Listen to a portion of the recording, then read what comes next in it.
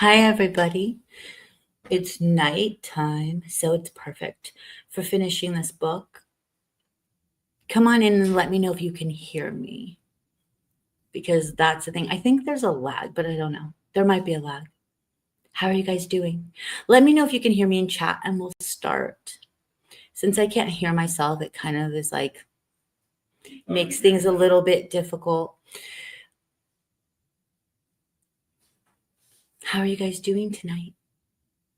We're about to finish this. Tomorrow is the sentencing hearing, and I guess there's going to be some victim impact statements. Hi, Bluebird. Hi, Patricia Allen. Bluebird, can you hear me? Let me know. We're on part 6, according to, and that's so fitting because we're on part 6 of this video as well. Hi, CT girl. And it's about to be, it's called Warpath. So we are going to be on a warpath, I guess, right? Am I coming in loud and clear?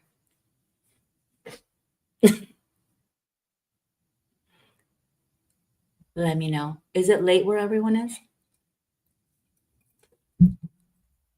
Perfect. We can start.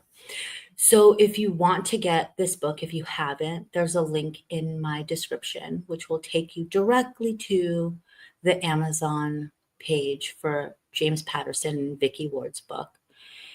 Sometimes you want to dissect it yourself, read through it yourself, write in the columns what your opinion is. Okay, guys, so I'm going to add the projector. We're good, right? To the screen. And I'll remove myself because no one wants to see me read while I read. They don't want to see me. Okay. And we're finishing this tonight. So I think it's going to be about 2 hours. It's 72 pages. Usually 72 pages for this Patterson book has worked out to be like a little over 2 hours. We'll see how it goes, what the flow is. We'll go from there. You guys ready to get into it? Get into the warpath?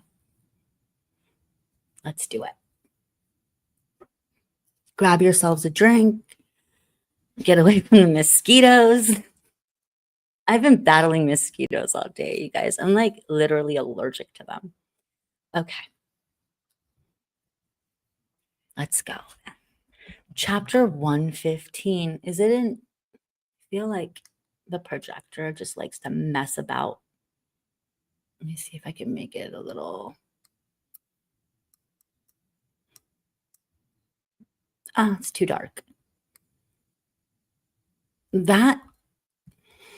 This thing bugs me and it always ends up right there.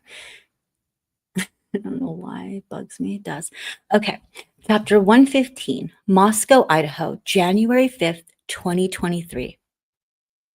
They bring Brian Cobberger up from his cell into the tiny Latah County courtroom, and he sits in the defendant box within spitting distance of the Gonsalves and Laramie families.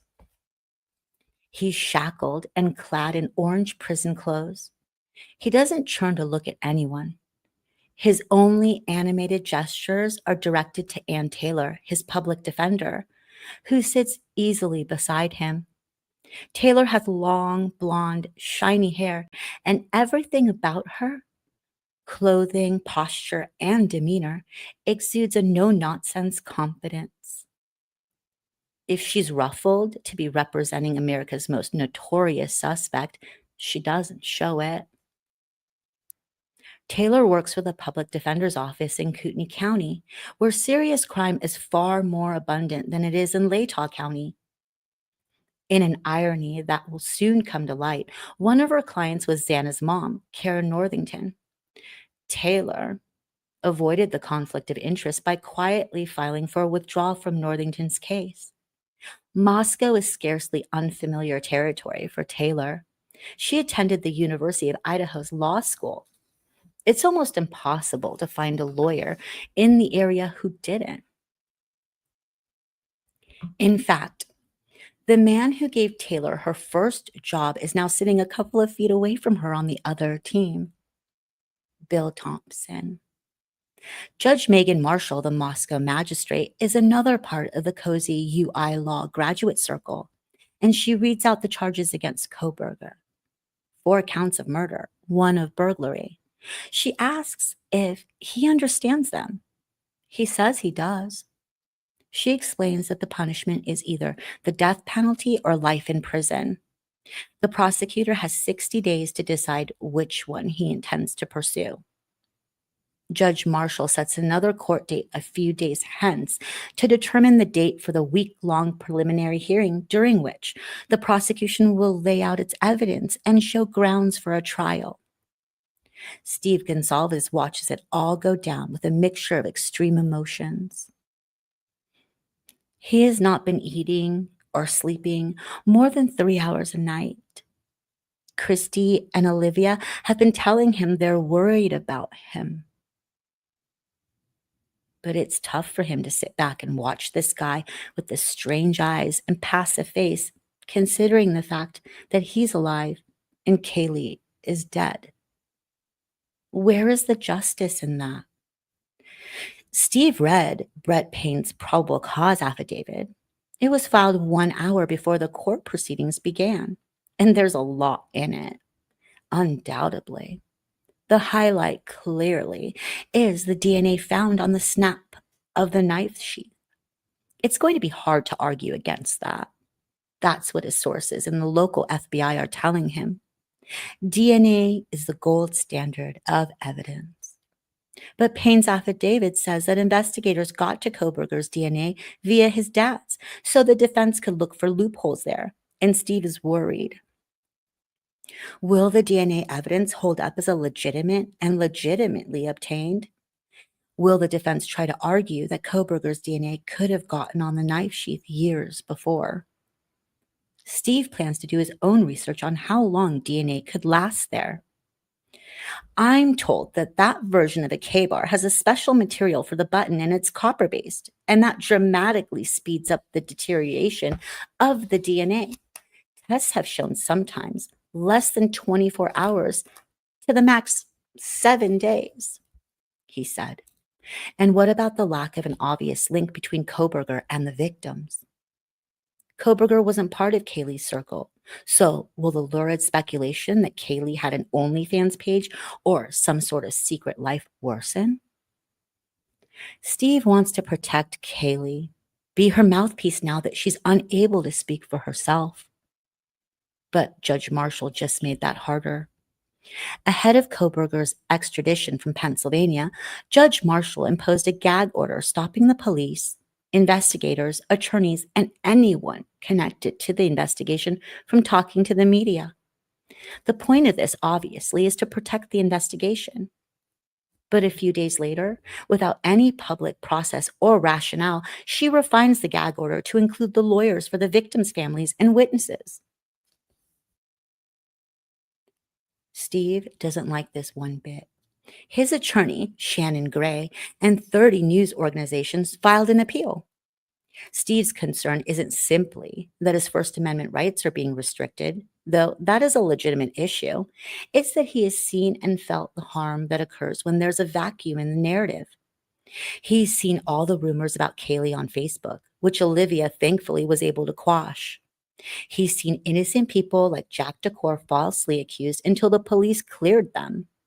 Now there's no official check on the rumors and speculation about Kaylee and Maddie other than a trial that could be years away. Cobberger's defense can say anything in the courtroom, and Steve is helpless to speak out against it. All this misinformation will get out there and then it'll just sort of become legend, he says. He's so upset that he stays locked in his home office for hours, glued to internet conspiracies.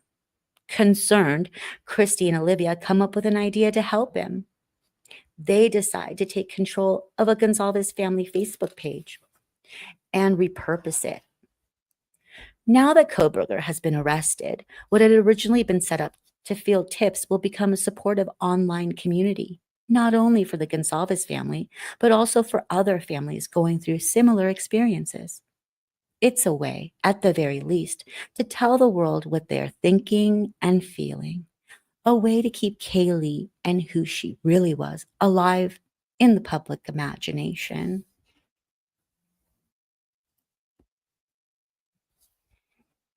Chapter 116, Rochester, New York, January 5th, 2023.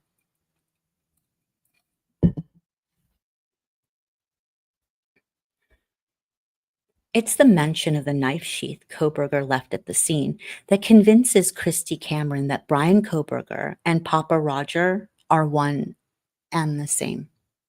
When Cobberger was arrested and she saw his face on the news, she thought he looked similar to the strange profile picture of Papa Rodger.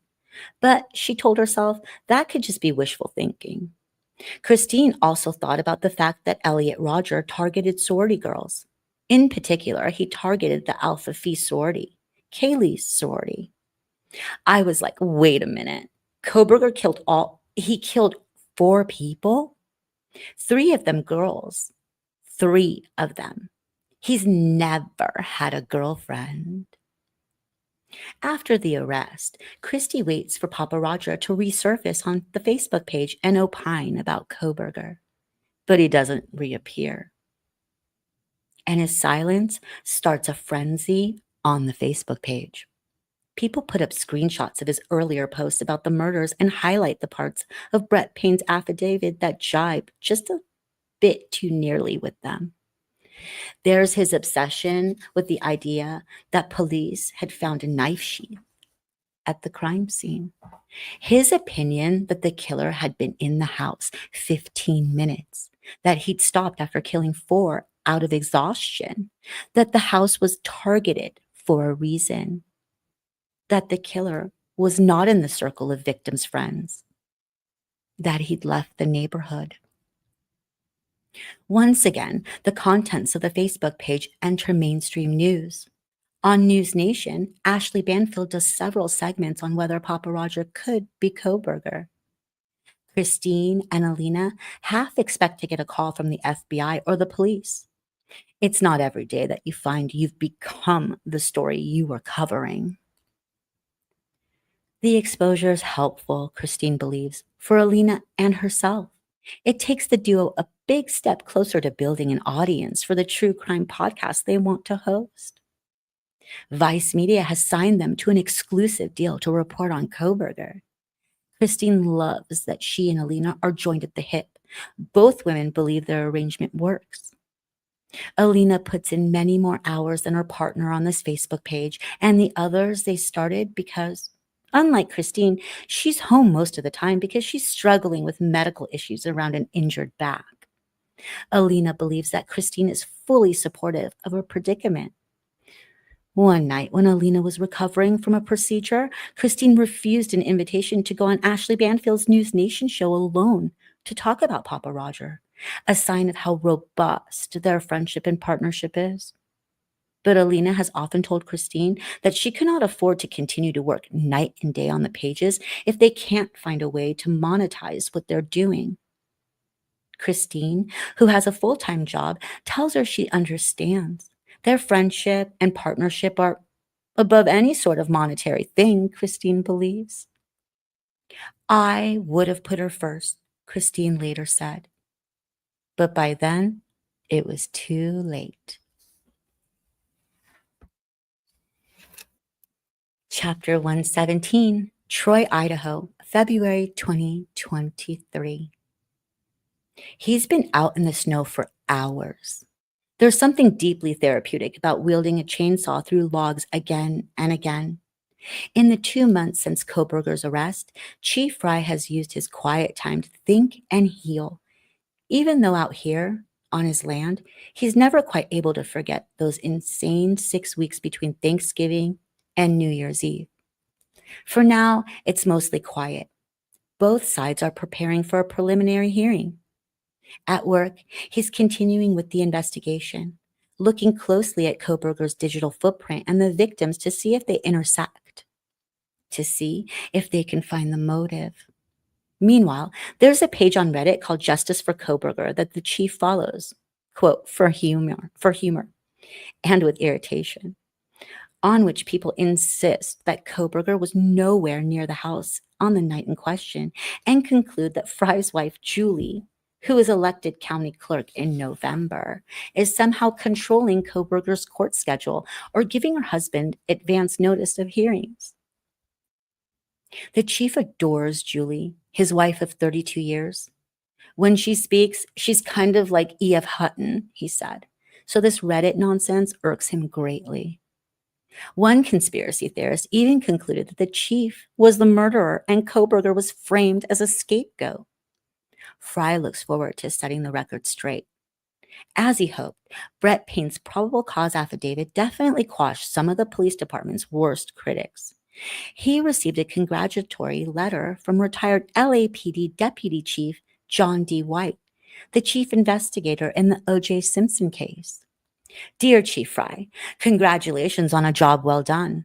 I told my wife after your first press conference, this chief knows what he's doing.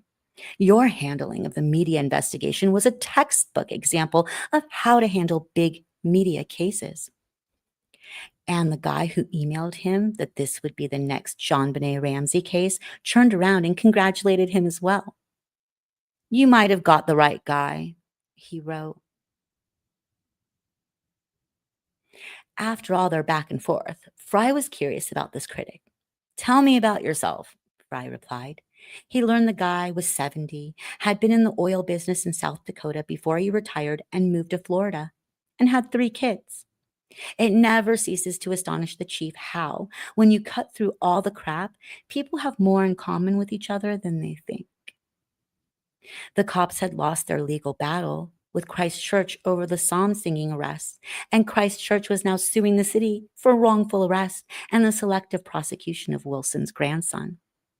But the pastor was extending an olive branch because he'd heard that Fry received death threats from Christ Church congregants over the episode.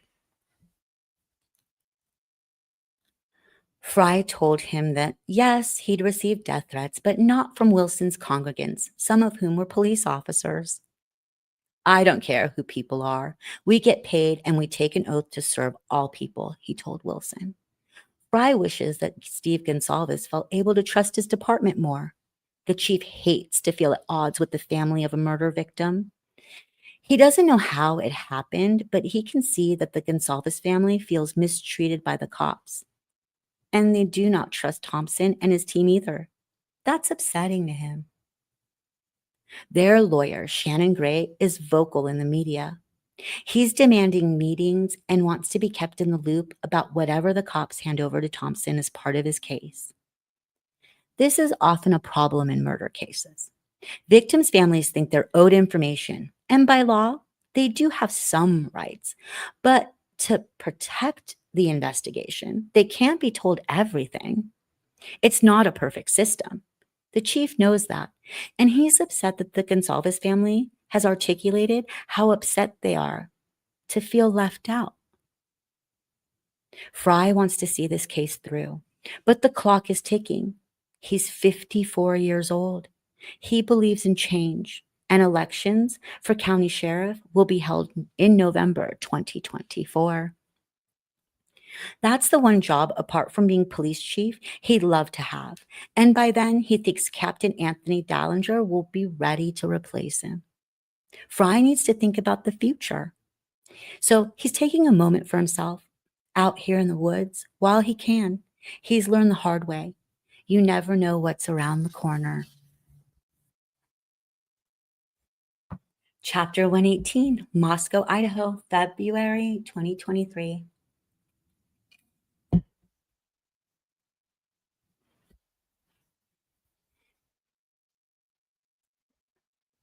It's around 8 p.m. and pitch black when Ava Wood hears the knock at the front door of her home at 718 Queen Road. She installed a Ring camera after the murders, and she can see a man standing there. He's dressed in a Moscow PD uniform, but since last November, she doesn't trust anything or anyone. She keeps her door locked and waits. He knocks some more. Eventually, she speaks through the camera. "Who are you here for?" He replies, "I'm here for Ava Wood." Ava had 3 new locks and an alarm system installed after the murders, and now she unlocks and opens the door. He hands her an envelope and speaks in a clipped, formal voice. You're being subpoenaed for the state of Idaho versus Brian Cobberger preliminary hearing in June. Ava thinks her legs might give away. She starts to shake. She has never been subpoenaed before. This is the Brian Cobberger case? She asks. Who is this from? The officer answers, the defense and Taylor. The defense? Do I have to show up? She asks. Yes, he tells her. It's illegal to disobey. As soon as he's gone, Ava slams the door and in tears phones her parents. Luckily, her dad is a lawyer who specializes in bad faith litigation. He advises her to phone Thompson's office and let them know she's been contacted. She speaks to Stacy Osterberg, Thompson's assistant, who suggests she should find out what Taylor wants. So in March, Ava and her dad do a Zoom with Taylor. On the call, Taylor homes in on something Ava told the police the day of the murders. On Friday, October 14th at 1 a.m., she'd heard someone climb up the metal steps to her apartment, which was across the street from 1122 King Road, and try the door. You could hear the jingle of my doorknob. It's a finicky doorknob, she said. But the door stayed closed because Ava had put in a deadbolt during her junior year. She told police what she now tells Taylor, that at the time she'd looked on Snapchat to see if any of her friends were in the area, saw one, Mason Bangerman, and texted him to ask if he had just tried to let himself in. No, he'd said, so Ava asked him to check the street. She watched through her bedroom window as Mason and a couple of friends walked into view. He texted Ava that he couldn't see anyone. So Ava went to sleep. She didn't think any more about it until Xana, Ethan, Kaylee, and Maddie were murdered in the house across the street. And then she wondered aloud to the police, was the murderer the same person who had tried to get into her apartment 4 weeks earlier? Ann Taylor asked her repeatedly to describe what she can see of the street from her home. Ava says she can see the front door at 1122 King Road and the street leading up to it.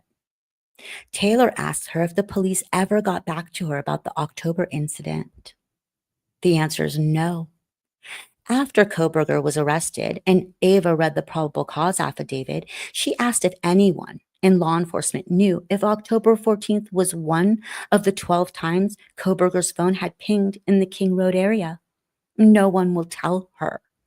It occurs to Ava that if Cobberger wasn't in the area in the pre-dawn hours of October 14th, the defense could argue there was another predator running around. But if he was, Ava guesses from Taylor's other questions that the lawyer is looking for holes in the accounts of the victim's friends. Taylor asks Ava a lot of questions. How well did I know Maddie, Ethan, Kaylee, and Xana? What kind of people were they? Did the roommates ever fight? Did they leave their house unlocked? Did I ever attend the parties they had? How close was I with Dylan and Bethany? Were we all in the same room at the police station? Did I know anything prior to the police being called or showing up? Did I know anything while sitting outside? When did I find out all 4 of them were dead? Did I have any knowledge of Kaylee or anyone having a stalker? Did I hear anything that night? What did I do the night before? Was I outside that morning? How did I get wrapped into this whole situation? Taylor apologizes for putting Ava through this, which is decent, Ava thinks.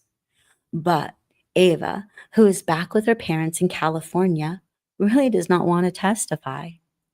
Texts ping back and forth among her friend group. Who else has received subpoenas for the preliminary hearing on June 26th?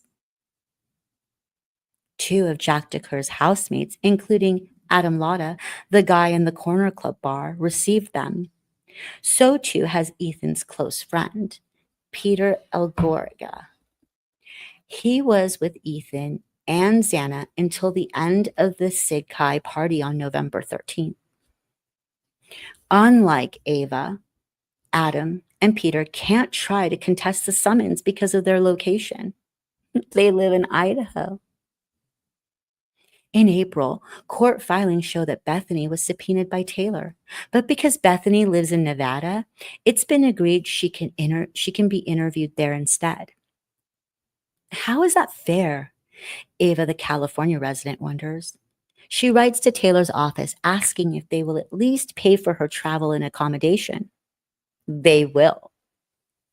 When she attends graduation in Moscow in mid-May, she keeps thinking that her next trip to Idaho is going to feel a lot more stressful.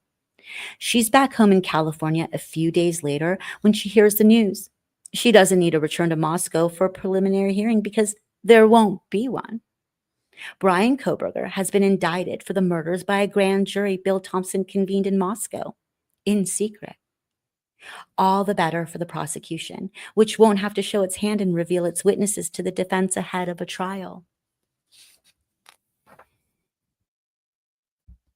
Chapter 119, Moscow, Idaho, May 11th, 2023.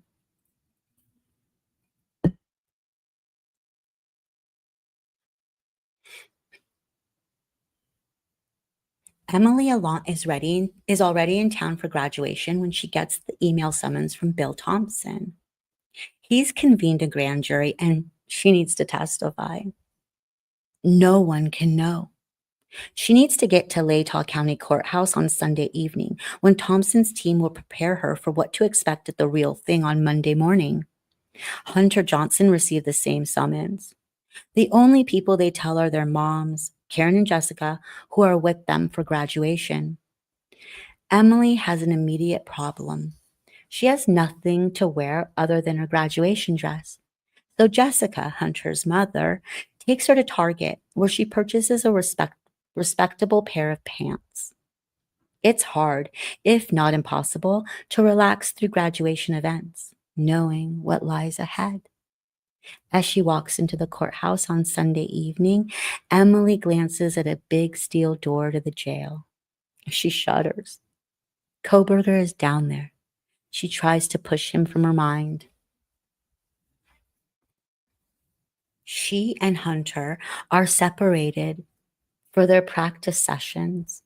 Emily's interlocutor is Ashley Jennings. Emily is nervous answering the questions. There are times when she screws up and starts over. The next morning, she and Hunter find that it's not as easy as they'd hoped to slip away from their friends, who are pre-gaming. We've got breakfast plans with our families, they lie. Oh, so do a breakfast shot first, is the reply. That puts Emily on the spot, but nothing is going to induce her to drink. Too much is at stake. She and Hunter are driving 5 minutes from the courthouse when a member of Thompson's team texts them an alert. There's media outside. Use the side door. When Emily does find herself in front of a jury, she's grateful for the preparation. It's intimidating, but she can do it. They ask the exact same questions she's just rehearsed, and she answers them smoothly. Tell us about the events of November 13th. She and Hunter don't know who else Thompson called for the grand jury, but Emily suspects that Dylan and Bethany may have testified on Zoom. She doesn't see either girl around campus when she and Hunter return to their friends, then ultimately walk for graduation with their respective classes. All she knows is that on May 17th, it's announced that Brian Cobberger has been formally indicted by a grand jury for the murders of Xana, Ethan, Maddie, and Kaylee, which means there will be no preliminary hearing. Emily has played her part.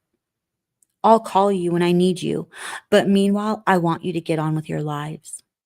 That was Bill Thompson's parting message to Emily and Hunter when they headed back to Boise. But for Emily, returning to normality is a struggle. After the murders, she struggles to focus. She worries that her GPA will not be good enough for her to get into a physical therapy program. So she ends up not applying. She's lost sight of her goals. She feels adrift, no longer the person she was before the murders. Hunter is an athletics coach at Sentinel High School in Boise. So he at least has structure in his life. Emily takes a series of part-time jobs and eventually trains to be a dental hygienist. But she knows deep down that she needs to address the trauma of November 13th. She needs to try to get past it. She starts going to counseling and digging deep, learning to be alone, even though, thanks to Hunter, she seldom is. Her doctor recommends she try eye movement desensitization and reprocessing therapy, EMDR. But when she runs this past Thompson's team, they warn her that this would likely disqualify any testimony she gives at trial because EMDR can affect memory. Emily isn't going to risk that, even though a trial could be many months away. I don't want to testify, but I'm willing to do whatever it takes, she says. She wants to see this through. She wants to get justice for Xana, Ethan, Kaylee, and Maddie. Then, and only then, she will do the therapy. Chapter 120, Moscow, Idaho, May 22nd, 2023.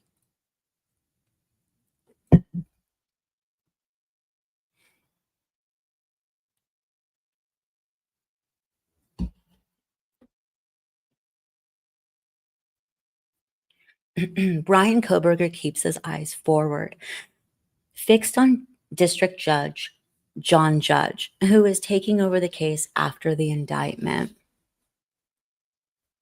He answers yes over and over when the judge asks him if he understands the charges and the penalty for each one. If found guilty, Cobberger faces either life imprisonment or the death penalty for each of the 4 first-degree murder charges. Miss Taylor, the judge says, is Mr. Cobberger prepared to plead to these charges? She rises and answers, Your Honor, we will be standing silent. The judge pauses. Because Mr. Cobberger is standing silent, he says, I'm going to enter not guilty pleas on each charge. If John Judge is surprised, he doesn't show it. But standing silent is not something that happens often. Many suspects don't even know there's an option besides pleading either guilty or not guilty. Even local attorney Mike Patterson wasn't aware of this option. But Ann Taylor is a very practiced criminal lawyer, and Brian Cobberger knows more about criminal law than your average suspect.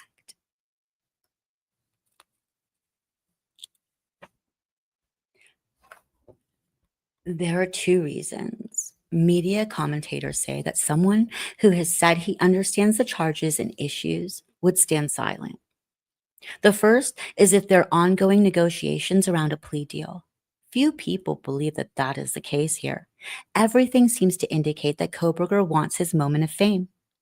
The second has to do with public perception. In high-profile trials, defendants might want to avoid sparking further public outrage by saying, not guilty. It's a nuance that likely occurs only to someone who thinks and cares about the PR ramifications of the court proceedings. Brian Cobberger, it is reported, cares greatly about the PR ramifications of his case. He watches TV coverage of it as much as he can in his jail cell. Steve Gonsalves complains publicly and often about Cobberger's privileges. We've got to get this guy. I don't want him ever getting vegan meals. His own TV, his own phone, video conferencing his mother, he said. I got family members that are military. They come home all messed up in the head. All they get is a VA. And this is the way we treat our murderers, our mass murderers that kill people? Vegan meals, TV, room and board? It's absolutely outrageous, Steve thinks, but so much about the legal process is. Most people have no idea how frustrating it is to be in his shoes. Most people don't think about how little agency a murder victim's parents have. But on his family's Facebook page, he's starting to hear from other victims' parents who say they wish they'd been more proactive and involved in their children's cases. He's getting messages of support from families all around the world. It's hard to juggle his day job doing IT at the hospital and all this, but curating the page brings the Gonsalves family together. It gives Christy purpose on her down days. This encouragement spurs him on. Chapter 121, Moscow, Idaho, Spring 2023. Half a mile away from Cobberger's jail cell, in his office on Jackson Street, Christchurch pastor Doug Wilson closely follows developments in the Cobberger case and the implications for his family, especially his grandson Rory and his conviction for illegally affixing a sticker to a pole. This is just personal theory connecting dots, he said. I think the judge, Marshall, did not want to throw the Moscow officials under the bus by finding in favor of Rory, because that would make the cops look bad.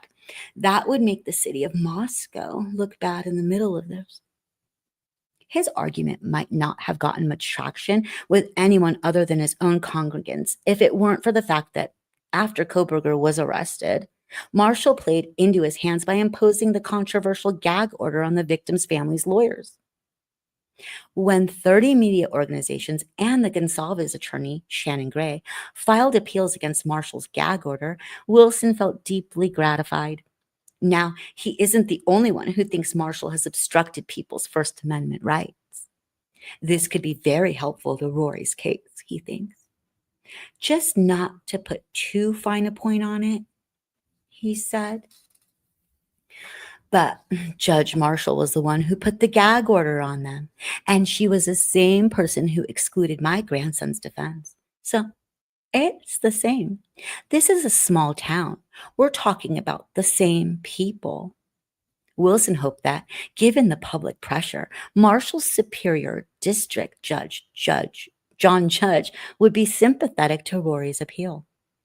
We had heard rumors, he said, that John Judge was not happy with the city of Moscow.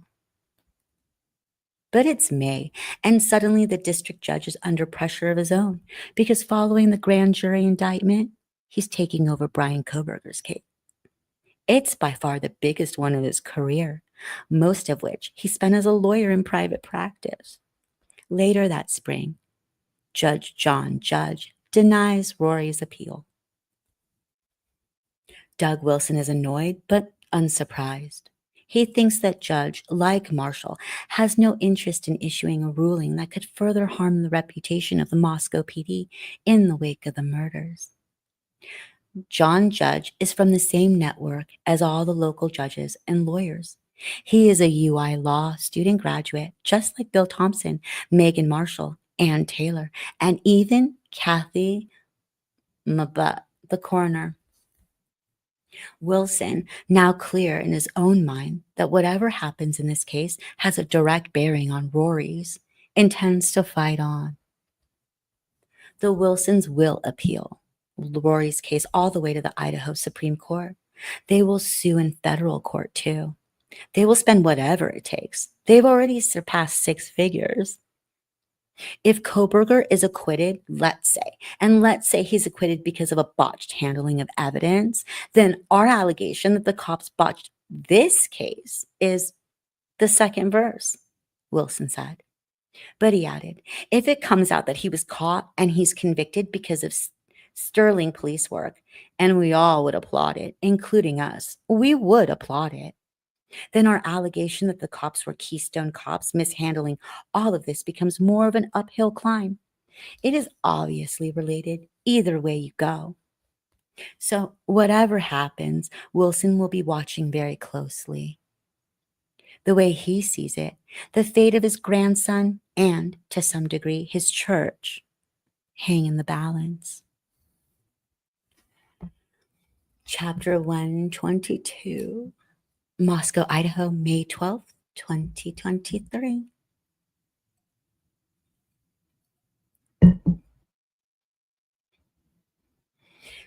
It's the Friday before graduation and the eve of a 6-month anniversary of the murders.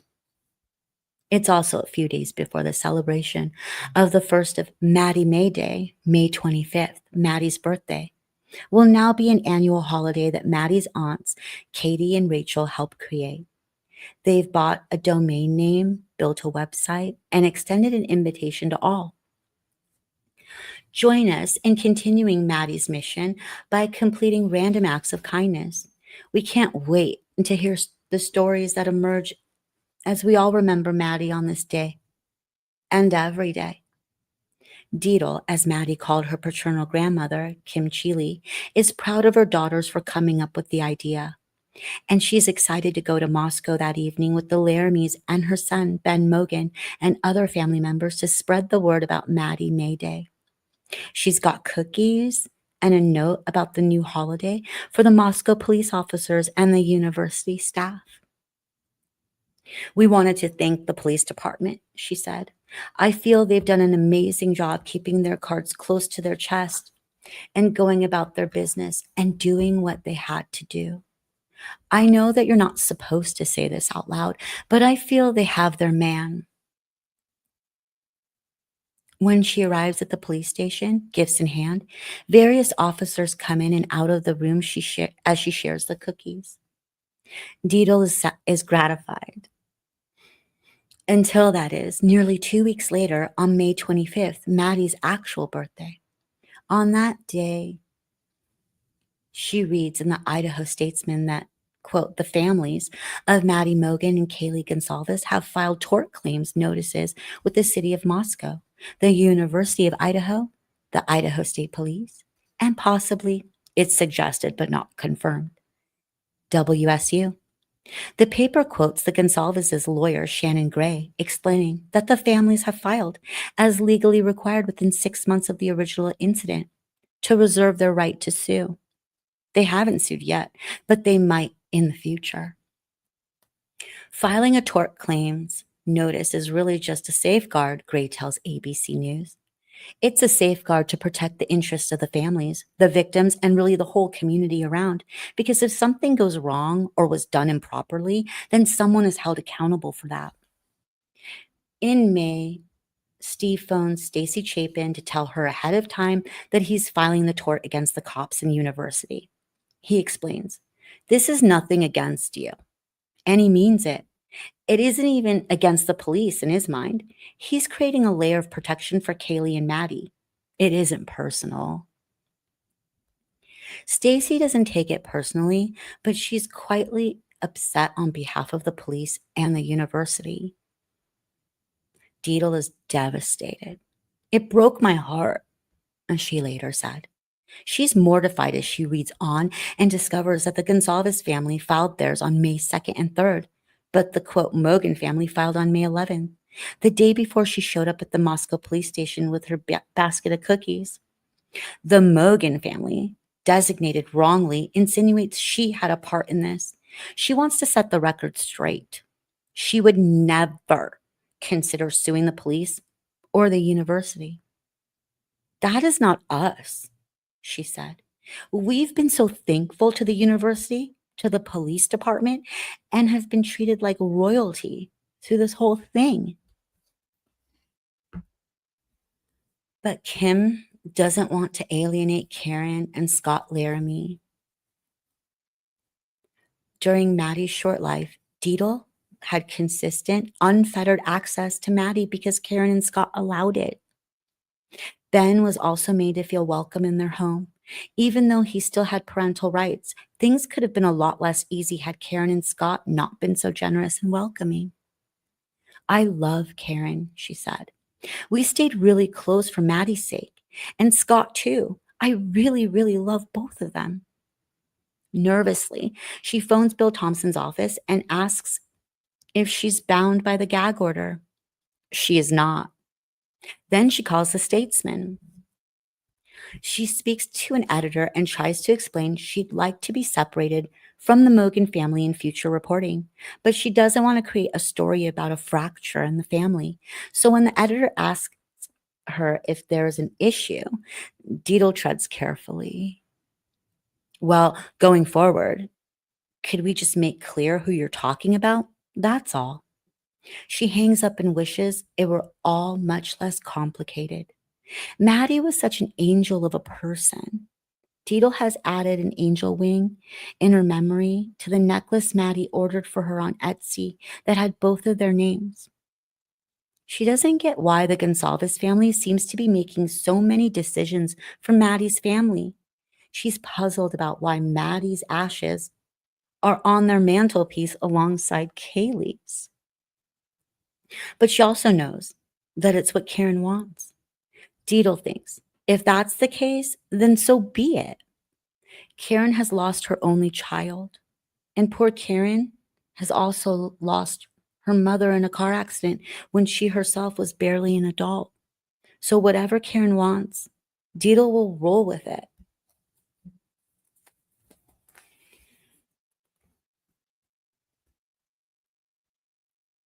Chapter 123, Moscow, Idaho. August 1st, 2023. It's over 100 degrees when Jim and Stacy Chapin arrive on the UI campus. They are there to drop off Maisie and Hunter for the start of fall semester. But what they haven't told their children, because they don't want to upset them, is that after they've settled them in, they have another stop to make. Opposite the Kibbe Dome, in a nondescript building that has no AC and no electricity, is everything Ethan left behind at 1122 King Road. Jim is reluctant to go, but Stacy insists. Damn it, I'm going to get my kids' stuff. Dean Blake Eccles has thought long and hard about how to make the hideous experience as easy as possible for all the parents. He's got bottled water and nitrile gloves on hand. That's weird. He and his team have staged and divided the campus building to mirror the rooms of the King Road house.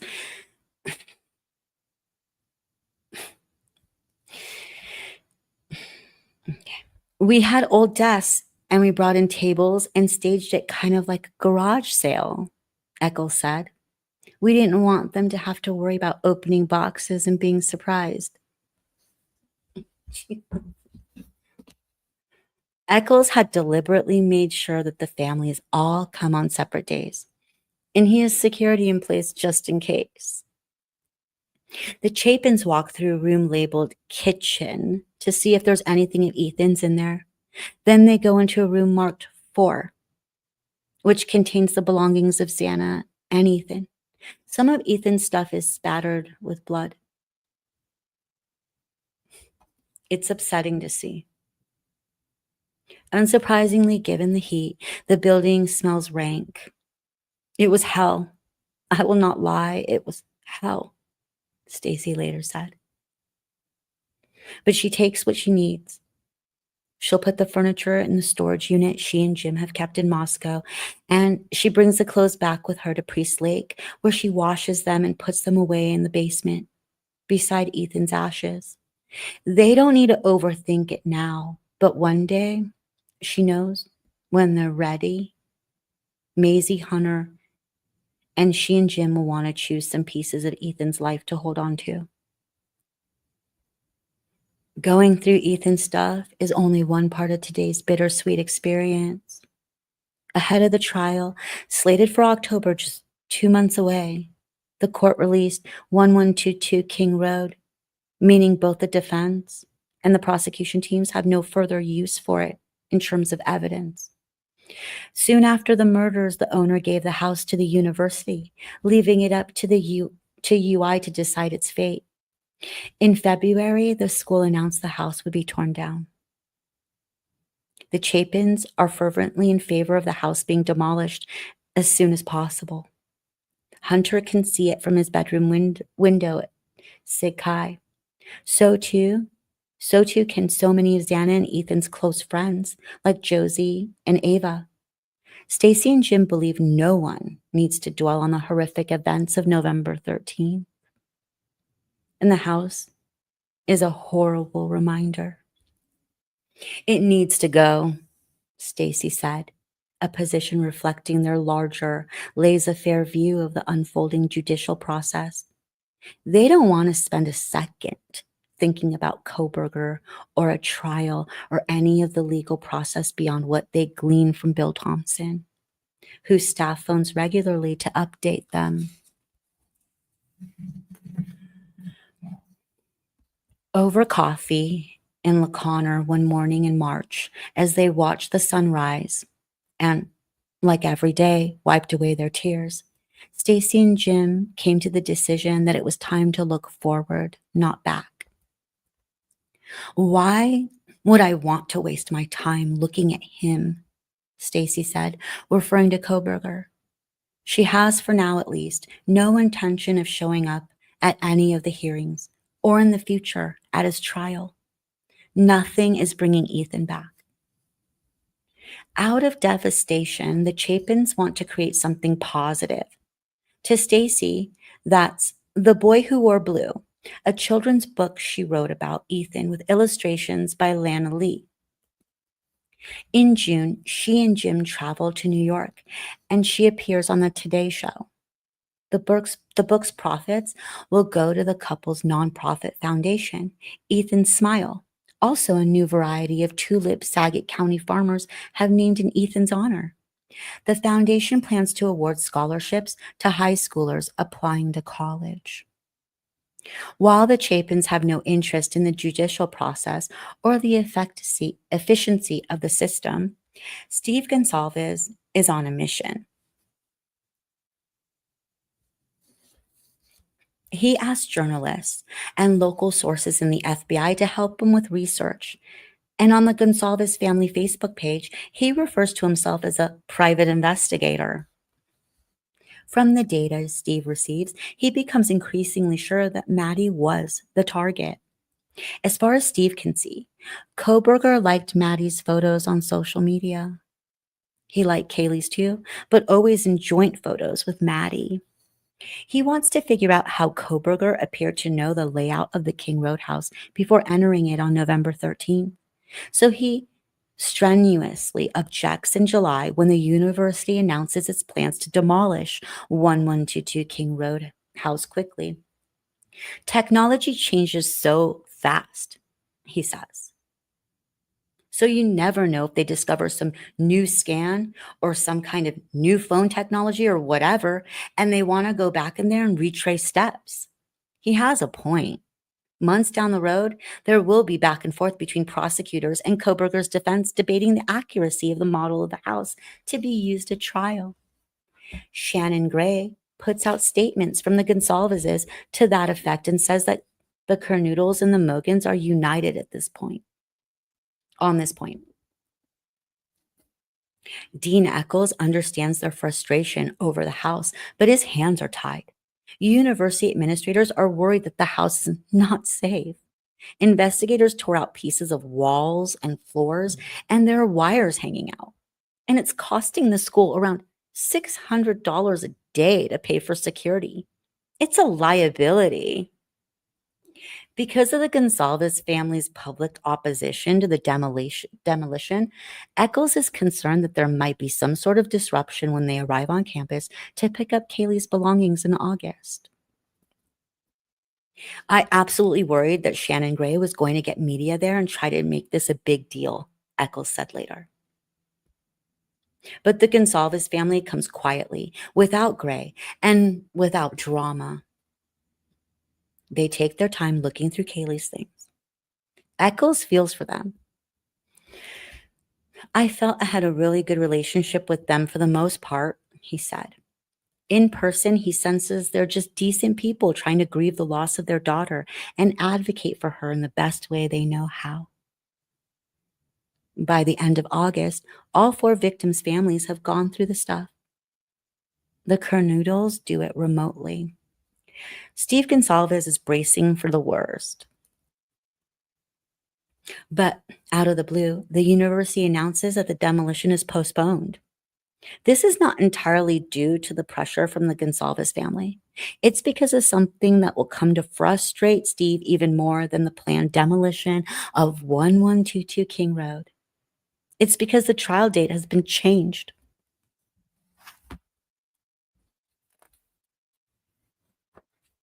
Chapter 124, Moscow, Idaho, August 18th, 2023.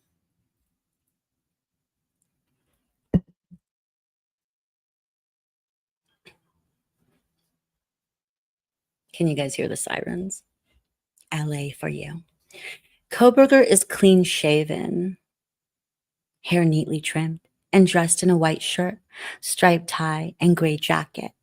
He enters the courtroom through the side door and takes a seat at the defendant's table where he and Ann Taylor appear to chat easily, too easily, almost as if they're discussing the weather.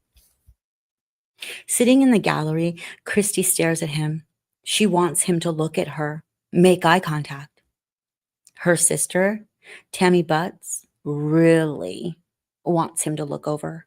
Tammy is wearing a black t-shirt on which is emblazoned in yellow and white lettering.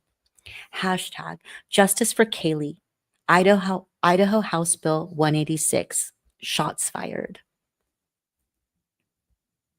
A few months earlier, the Idaho House of Representatives passed a law that would effectively bring back the firing squad as a means of execution if state officials were unable to obtain the chemicals needed to carry out a lethal injection. Tammy's t-shirt, a photograph of her wearing it later, is posted to the Gonsalves family Facebook page with the caption, "Damn, it feels good to be a gangsta," is a reminder that Bill Thompson has put the death penalty on the table. Is this too dark? I don't know, you guys. If Cobberger sees the t-shirt or the family, he doesn't react. Even when the defense's first expert witness in this hearing talks about the science of investigative genetic genealogy, Cobberger's expression stays fixed. His attorneys will later argue in court papers that this is due to his autism spectrum disorder diagnosis, and they will claim it could hurt a jury's perception of him. The media's pool cameras keep zooming in on him as if seeking something, anything, but it gets nothing. In a preview of what may come at trial, depending on what the judge allows in, Taylor steers the focus to the DNA found on the knife sheath. She wants the state to hand over to her the precise IgG methodology that was used to construct Cobberger's family tree, discovery that the state's lawyers say they don't have.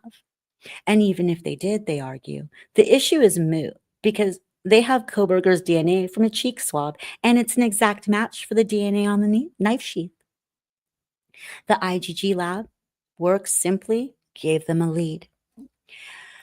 Judge John C. Judge says he'll allow Taylor to pursue this avenue, even though it's, quote, on the edge. He expresses his desire to be particularly cautious because, quote, this is a death penalty case, and if I deny the presentations that one or the other side believe have some bearing on the case, it's probably more wise for me to allow it, Judge adds. It's especially important in a case like this to have a record for appeal. So I'm not saying one way or the other how my ruling might fall, but I think it's important to preserve the record. For the next 2.5 hours, the courtroom becomes Taylor's theater. At least that's how Steve sees it. Thompson seems to have little to ask or say.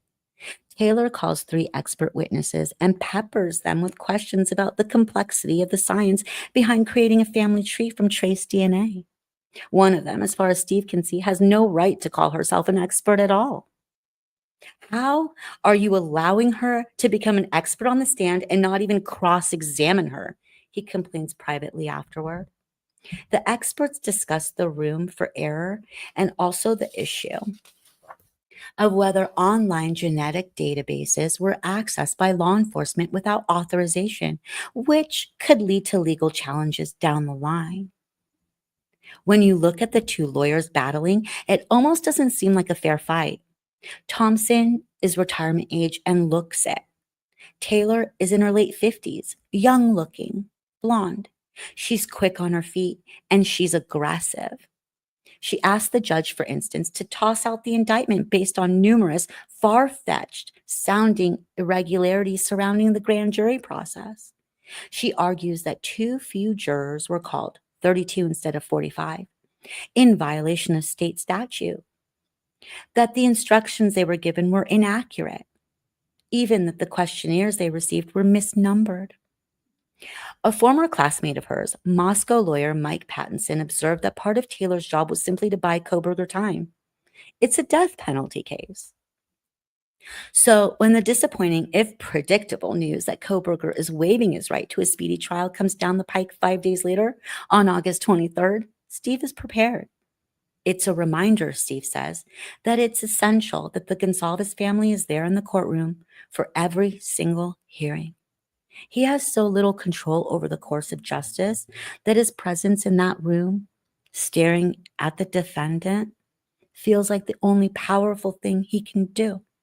It's the only time he truly feels he's doing anything proactive for Kaylee and Maddie. Chapter 125. LaConner, Washington, November 13th, 2023.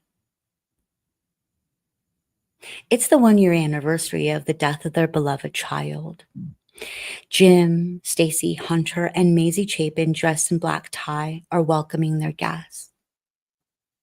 Over glasses of wine in early summer, Jim and Stacy thought very hard about what they wanted to do on this day. They wanted the evening to be upbeat, positive, celebratory even. They wanted to raise money for their foundation, Ethan's Smile. They wanted it to be intimate and private. There are more media requests flooding in than ever, partly because of the anniversary,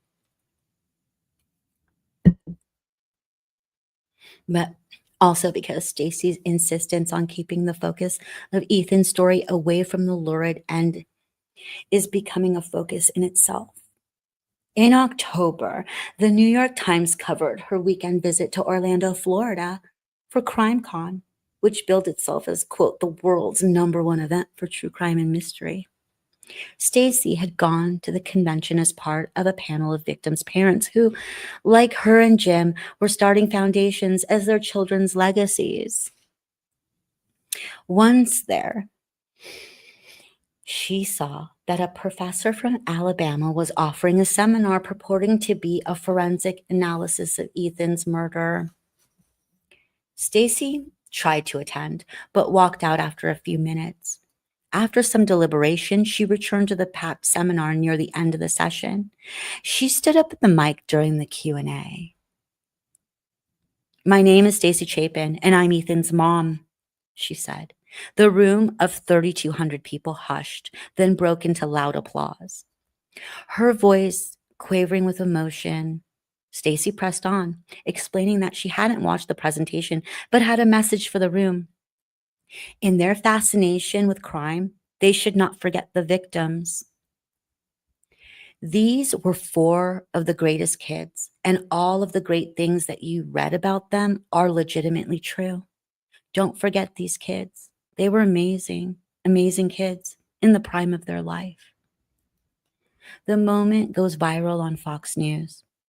Whether she wants to do this or not, through her steady insistence that people focus on Ethan's life, not his death, Stacy Chapin is developing a brand.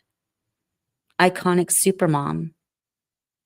But now, on the 1-year anniversary of Ethan's death, she and Jim want a press-free evening. They accept an offer from a friend and neighbor in LaConner, Jeff Hellam, to use his Hellam's Vineyard wine shop and a bar for a party. As Stacy warms to the idea, she realizes she doesn't want just any party. If they're going to do this, they're really going to do this. The dress code is going to be a black tie. She thinks hard about a guest list. Of course, Hunter and Maisie will be there. Of course, they'll ask close family friends like Susie DeVires and her cousins Kathleen and Stuart, and the PR executive who acted as their gatekeeper, and Melissa and Jeff, and all the people who helped with the foundation. Dean Eccles sends 2 of his team. There are also people who have come to be part of the Chapin's growing family because of the tragedy. One is Jasmine Kernoodle, Xana's big sister, of whom Stacy feels increasingly protective. Jasmine has moved to Seattle with her boyfriend, Pat. But because Jeff is in Arizona, Stacy worries that Jasmine can feel alone at times. Stacy wants to support her. The other person Stacy invites is the Moscow police chief, James Fry. Even as she dresses for the evening in a long navy gown, Stacy isn't sure that the chief will be able to make it. After all, there's an anniversary vigil going on at the UI campus, and La Conner is a 6-hour drive from Moscow. But as everyone sips on the fine wines, Chief Fry walks in quietly, his son JD beside him. During her remarks, Stacy asked the room to acknowledge him. We just cannot thank you enough for the work that you've done to right this atrocity. And we can't wait for it to be over so that we can talk about some of what we know and what some of us really know. The chief smiles. The Chapins, like Michelle Wederick, Joseph's mom, and Chrissy Dove, Sarah Park's sister, are his kind of people. We all have different personalities. Some of us are always going to take the bad and make some good out of it, he later said. And then there's people who take the bad and try to capitalize on it. And then there's people who take the bad and let it destroy them. And I think that Stacy, the Chapins, look at what they've already done. 33 scholarships, over $50,000 given to kids. He added, after what happened to them, that's extraordinary. Chapter 126, Rathdrum, Idaho, November 13th, 2023.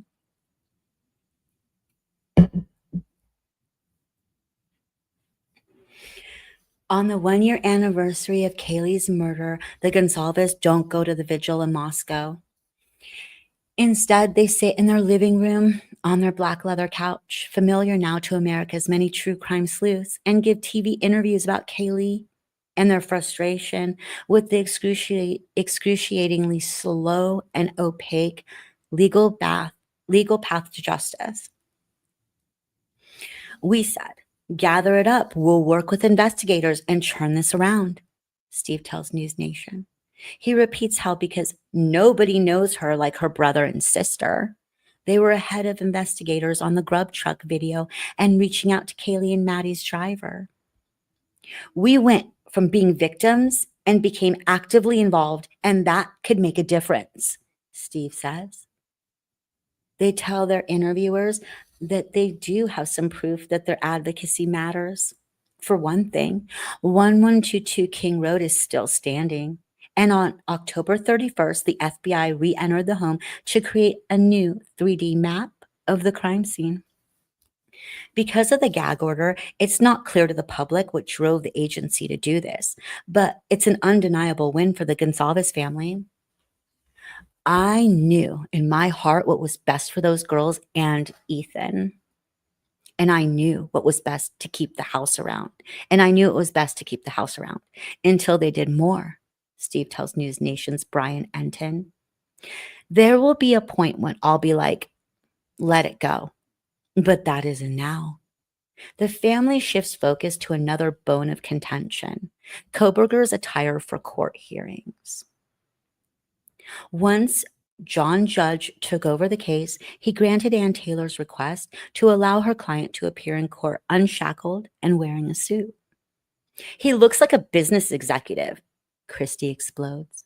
According to her research, I've never seen another murderer or whatever he is at this point in a case not in handcuffs, not in shackles, one or the other or both, and in orange.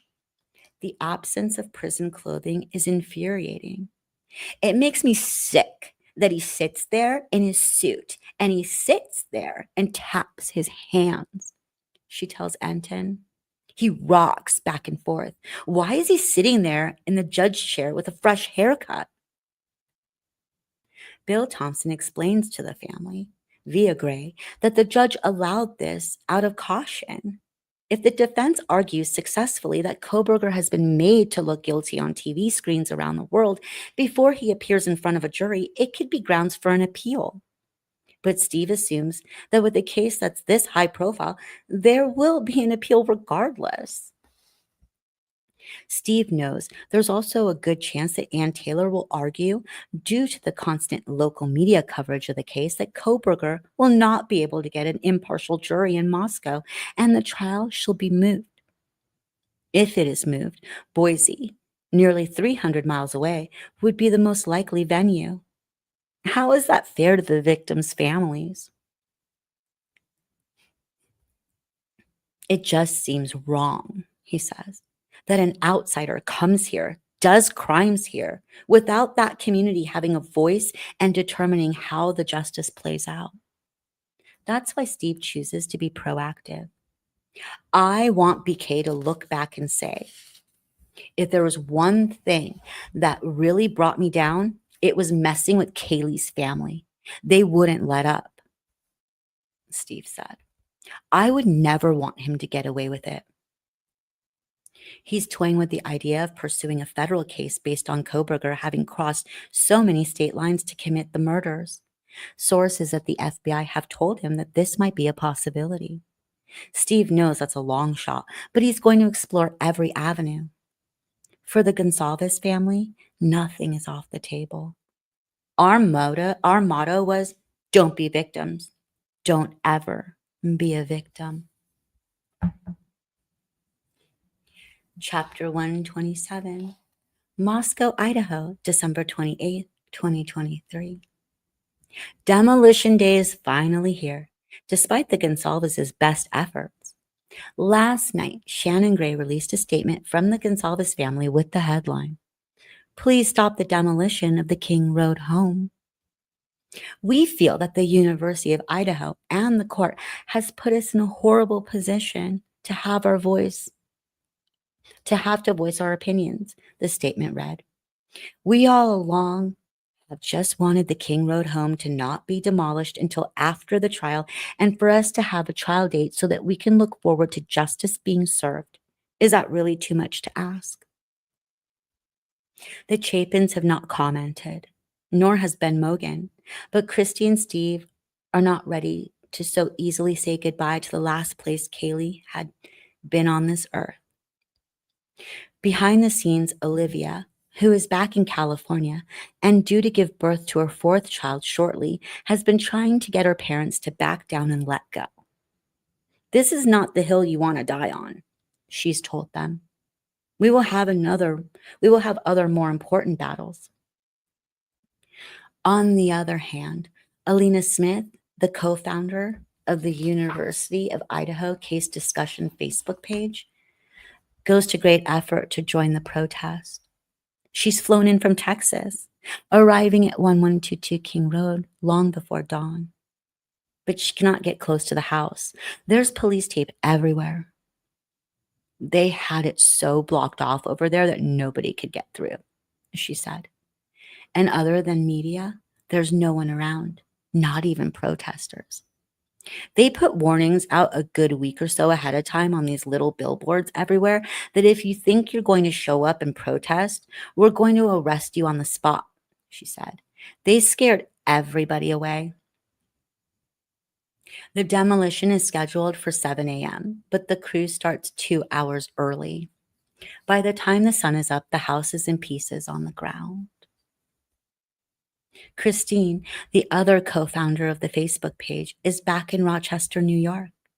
She's annoyed that she can't fly to Moscow to watch and take a video of the demolition with Alina, but she's got her family to deal with over the holidays. Earlier in the month, the university stated, for the third time, that it planned to knock the house down on December 29th, while the students were home for the holidays. UI President Scott Green told the Idaho Statesman, "While we appreciate the emotional connection some family members of the victims may have to this house, it is time for its removal and to allow the collective healing of our community to continue." That quote really stung, Olivia said. Green's stance raised the demolition debate to a fever pitch. Members of the Facebook page are split, some for and some against. Sympathizers with students who are distressed by the sight of the house debate those who favor preserving the premises for potential use in a trial. In the recent trial of South Carolina lawyer Alex Murdaugh, the jury visited the family plantation where Murdaugh's wife and son had been found murdered. On December 20th, Christine and Alina did a TV segment with News Nation's Ashley Banfield to talk about the controversy around the demolition. And when Alina gets to Moscow, she tells Christine that the trip is proving to be good PR for the page. She's done a bunch of press, and she's met fellow cyber sleuth Olivia Vital, the creator of Chronicles of Olivia, on TikTok. Olivia was the person to whom the Gonsalves family gave the first in-depth interview a year earlier. Alina tells Christine, I think we have an opportunity with her. She's like, she didn't know half the stuff that you and I know. She's so interested in us. Christine is excited to learn this because she thinks that with all the work she and Alina have put into launching their podcast series, they're nearly ready. On December 8th, she posted on the Facebook page a photograph of Alina and herself captioned, Your lovely administrators want to let you know our first podcast is in the works. Enjoy your weekend, but don't cause Alina and I to drink too much.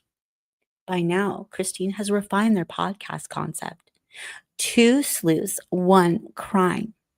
Alina, however, returns to Texas to bad news. Her husband has lost his job of 20 years. Something is going to have to change, she thinks. Unlike Christine, Alina doesn't have a paying job. Running the Facebook page and 9 others like it have been all-consuming for her. But she's got 3 kids, 1 with a disability, and she needs to carry her family while her husband gets back on his feet. So she'll look for the right opportunity. Christine, she's sure, will understand. Chapter 128, Moscow, Idaho.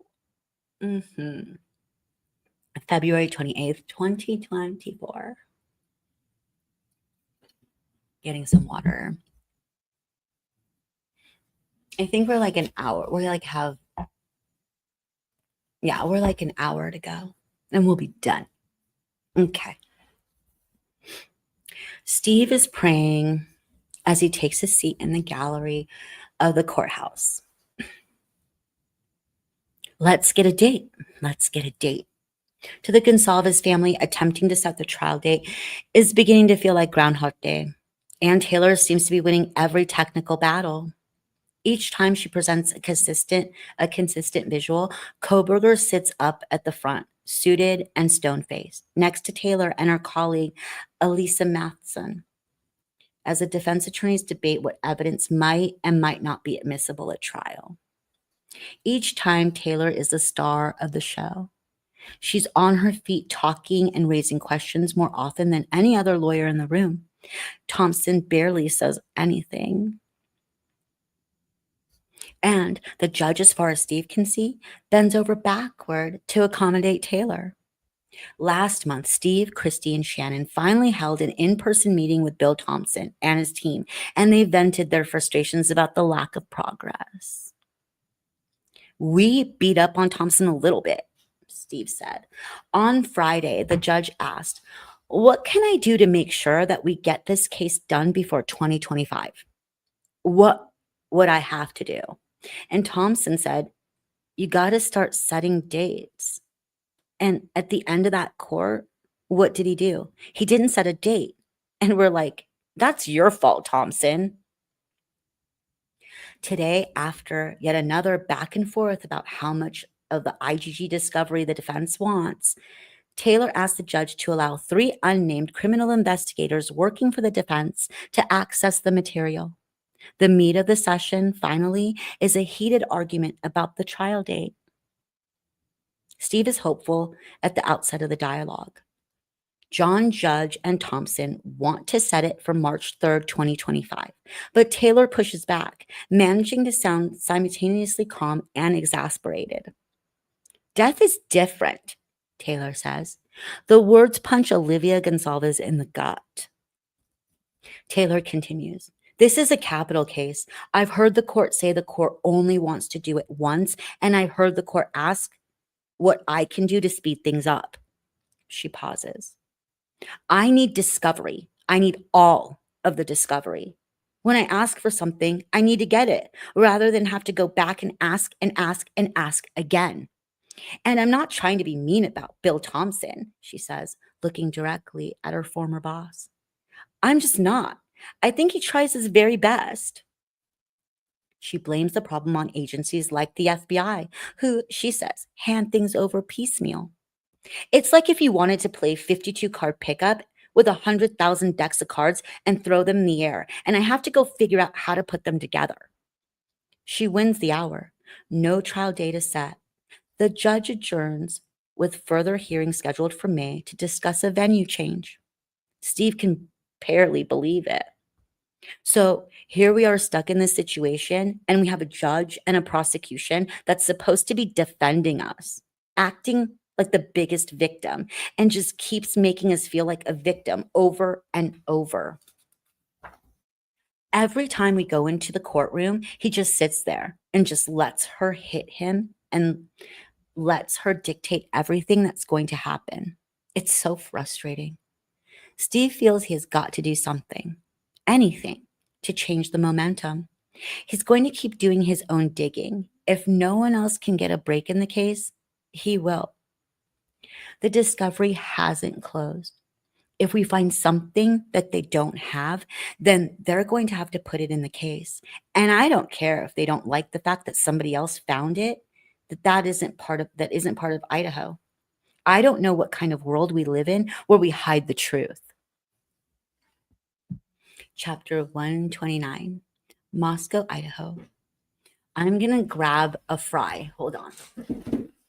Wow, that chair is so loud.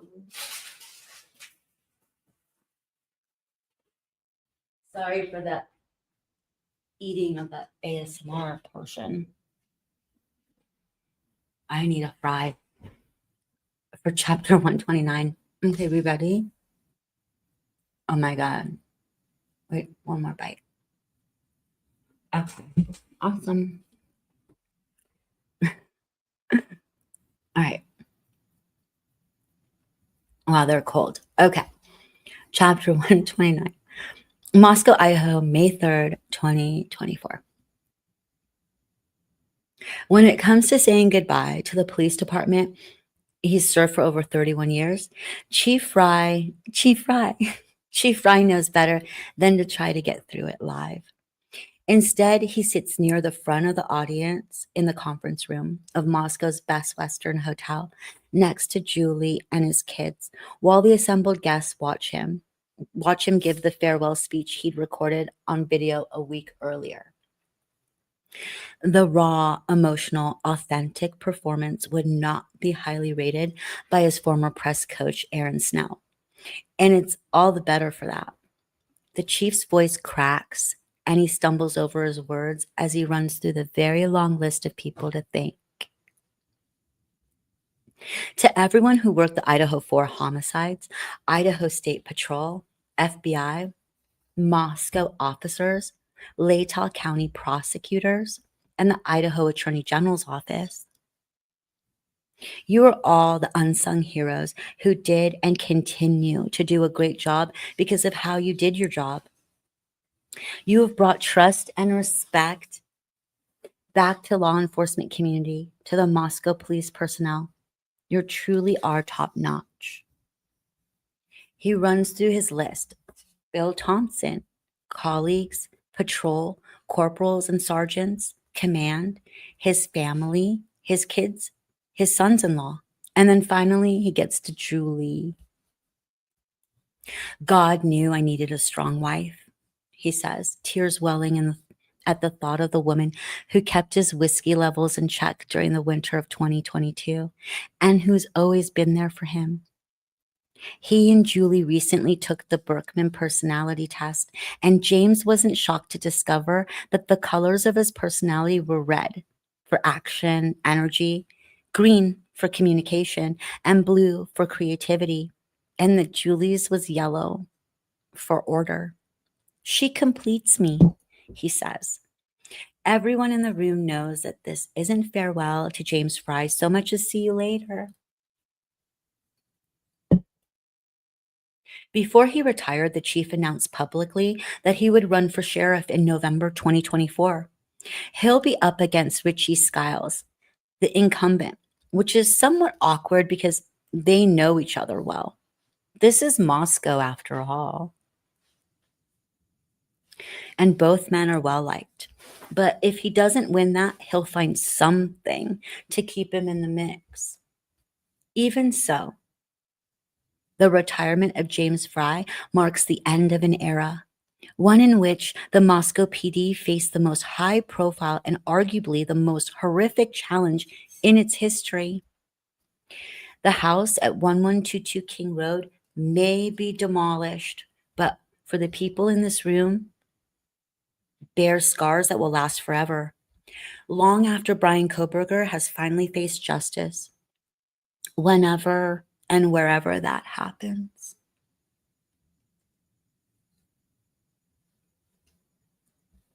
Exhibit A is Tyson Barrett, who is at the chief's retirement party. He has already told the chief he'll be having one of his own in July. Tyson is only 52, but the stress of the demands placed on him during the winter of 2022 has taken its toll. He's done. Fry later said that he regretted making Tyson the point person for all 4 victims' families. It was too heavy a burden for one man to bear in those ghastly 6 weeks between Thanksgiving and New Year's Eve 2022. I should have split it up, he said. There's barely a dry eye in the room at the end of the ceremony when Anthony Dallinger hands James Fry his police radio to sign off for the last time. When the dispatcher utters the words, 101 is off duty for the final time, the room is silent.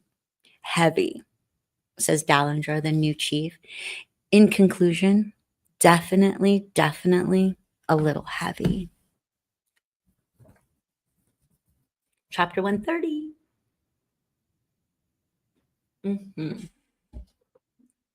Prosper, Texas. I think we're going to be talking about the Facebook page here.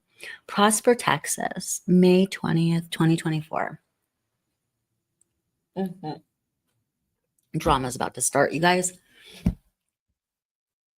After breakfast, Alina goes to her bedroom to check her phone before taking her house guest, a member of the Facebook page, and the woman's 7-year-old son to the airport.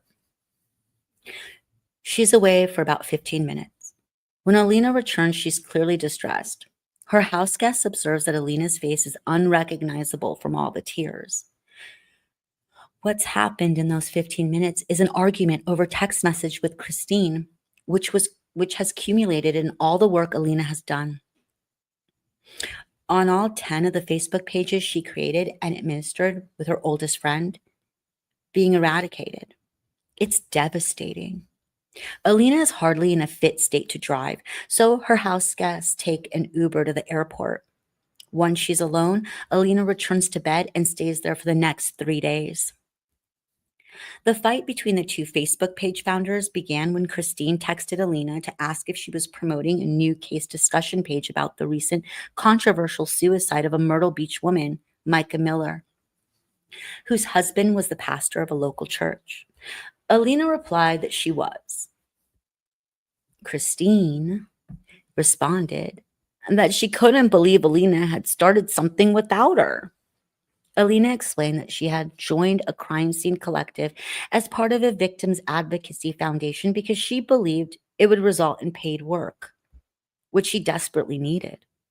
Christine, she thought, would understand. Alina had financial pressures, and Christine was so busy with her day job that Alina wanted to forge ahead on this. She was worried that the podcast project might never happen. But Christine did not understand. After a rapid-fire exchange of escalating, angry, expletive-filled text, Christine deleted Alina from every single page they had started together. It's kind of weird, isn't it? Just like that, the childhood friends were done, over. But so too was everything Alina had worked on for years and years.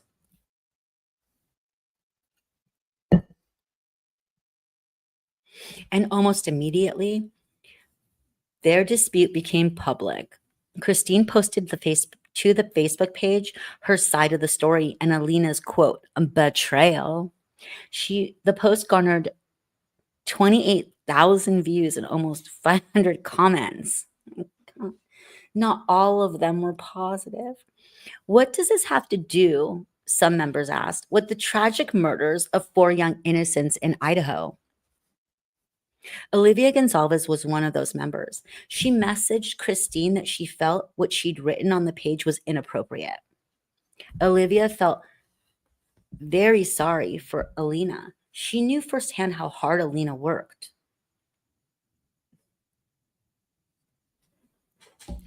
What a weirdo.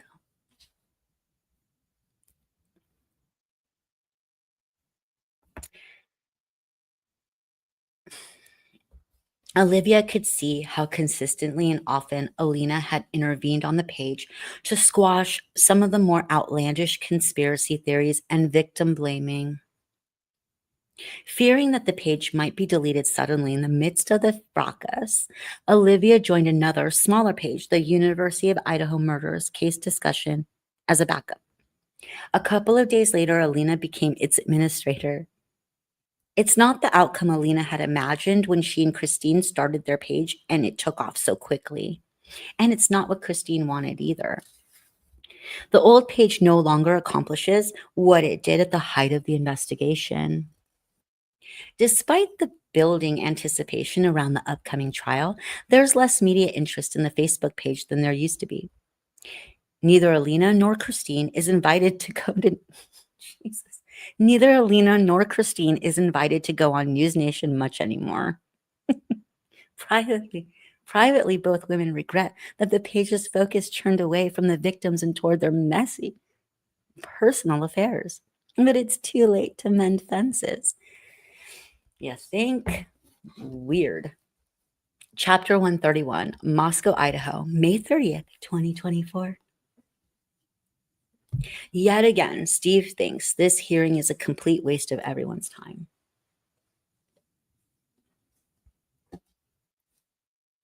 Today, Ann Taylor kicks things off by interrogating Brett Payne about the surveillance video canvassing for the white Hyundai Elantra.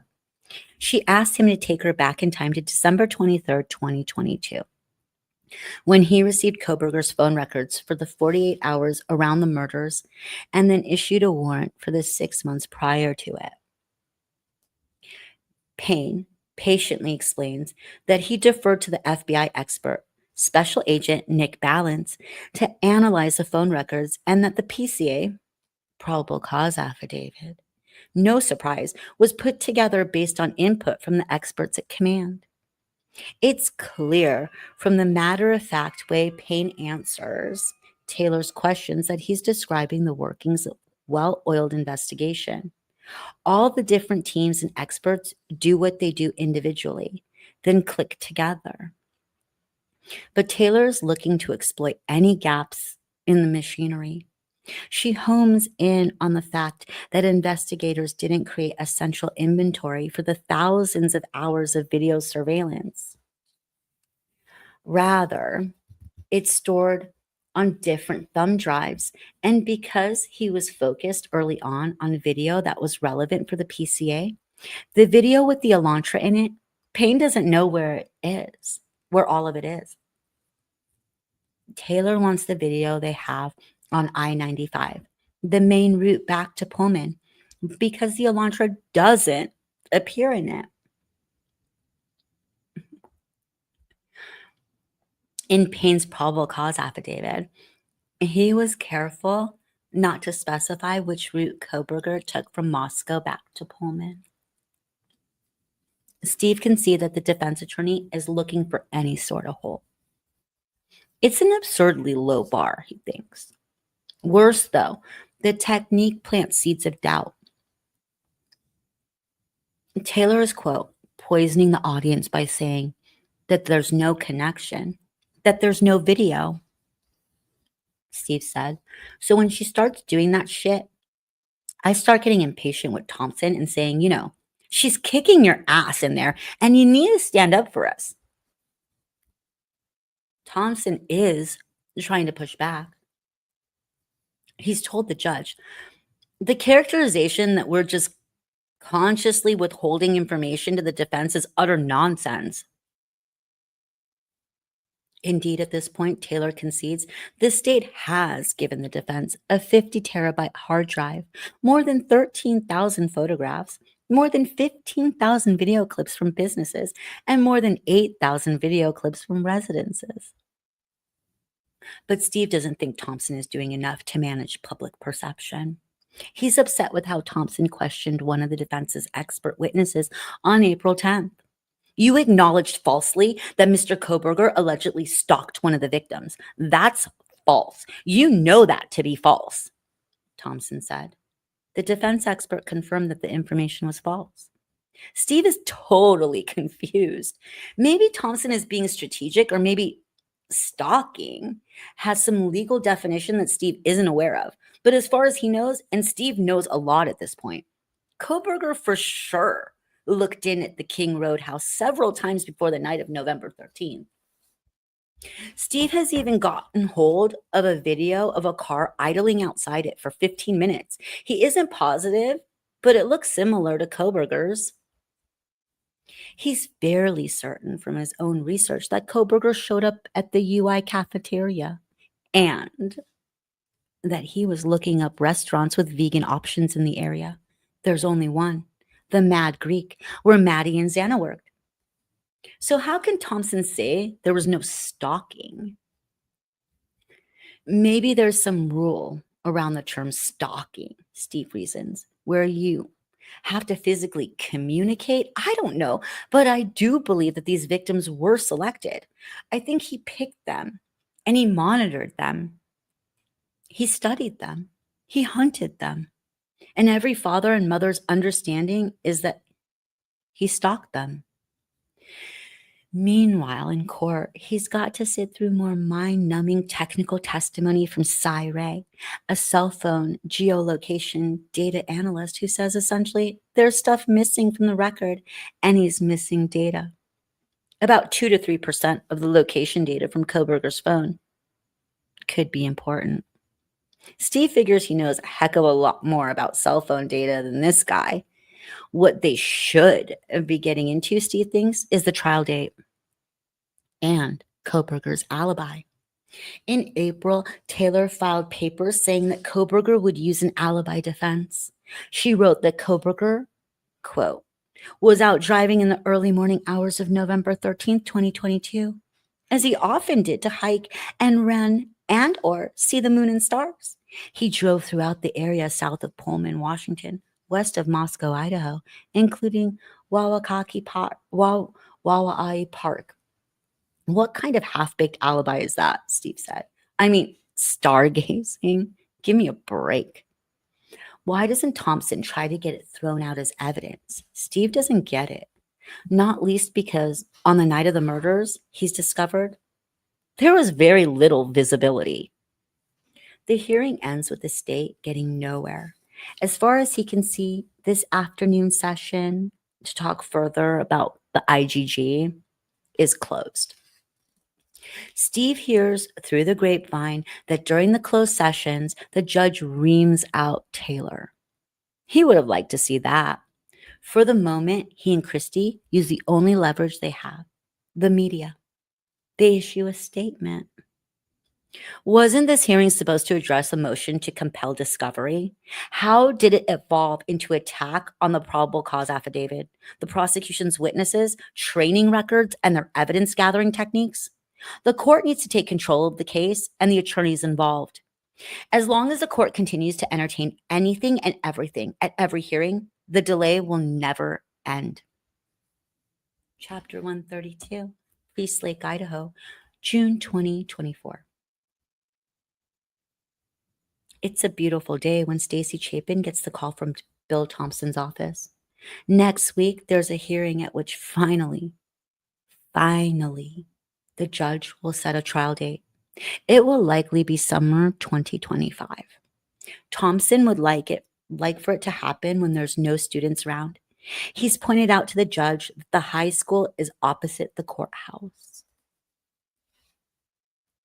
The news is something of a relief to Stacy, the first hint that maybe some sort of end could be in sight, although by now she knows better than to count her chickens. You have to be in for the long haul, a prosecutor friend of theirs told her. You have to let the defense put up everything. And Stacy has been warned that it's possible the trial will not happen in Moscow, despite the best efforts of the prosecutors. The defense will continue arguing that the community is too small and too prejudiced to provide Cobberger with an impartial jury. But where they will go when the trial takes place, Stacy starts to wonder. Will they stay at Priest Lake? Part of her wants to leave the country for 3 months. She knows that the press coverage will be intense, and that means reliving the horrors of November 13th. But after months of agonizing, she, Jim, Maisie, and Hunter decide they want to be there to represent Ethan, especially at the opening, when the jury first convenes. They also want to be in the courtroom to support Hunter Johnson and Emily and all of Ethan and Xana's other friends who will likely have to testify.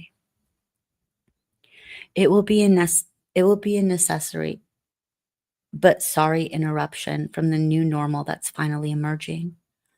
Both Chapin kids are now so busy during the semester that their parents no longer feel they need to visit Moscow every other weekend. Hunter and Maisie are set to graduate in May 2025. This summer, Jim is training Hunter to work with him in the machinery construction business. And Hunter also got his EMT certification. Maisie has been working as a server at Hills Resort. After college, she's considering either training as a professional chef or studying nursing.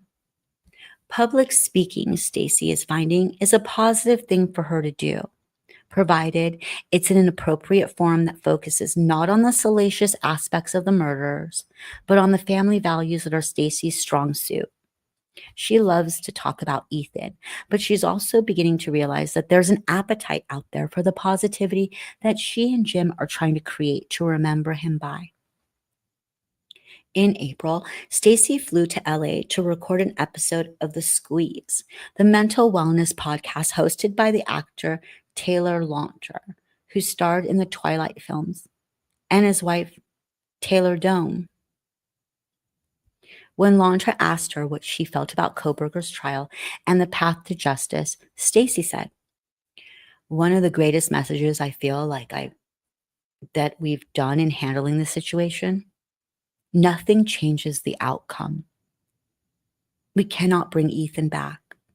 So you could spend a lot of time there, or you can just realize that and figure out how to move forward." And the Chapins are moving forward. They like to walk around the lake and sit on the wooden bench engraved with their late son's name. Ethan would be very proud, Stacy often says to Jim when they look out at the water and his beloved volleyball court at Hills Resort. They like to come to this bench and sip mimosas as they watch the sun sink behind the mountains. Even better is when Hunter and Maisie are around on weekends. The entire family can all look at the lake and talk about Ethan and what was probably his favorite spot in the world. They can find peace even. The funny thing is, Ethan would be like, "Well, of course my parents knocked it out of the park. That's just how we roll as a family," Stacy says to her husband, who nods in agreement. "We had a motto, go big or go home, and that's what we've done." Chapter 133, Post Falls, Idaho, June 15th, 2024.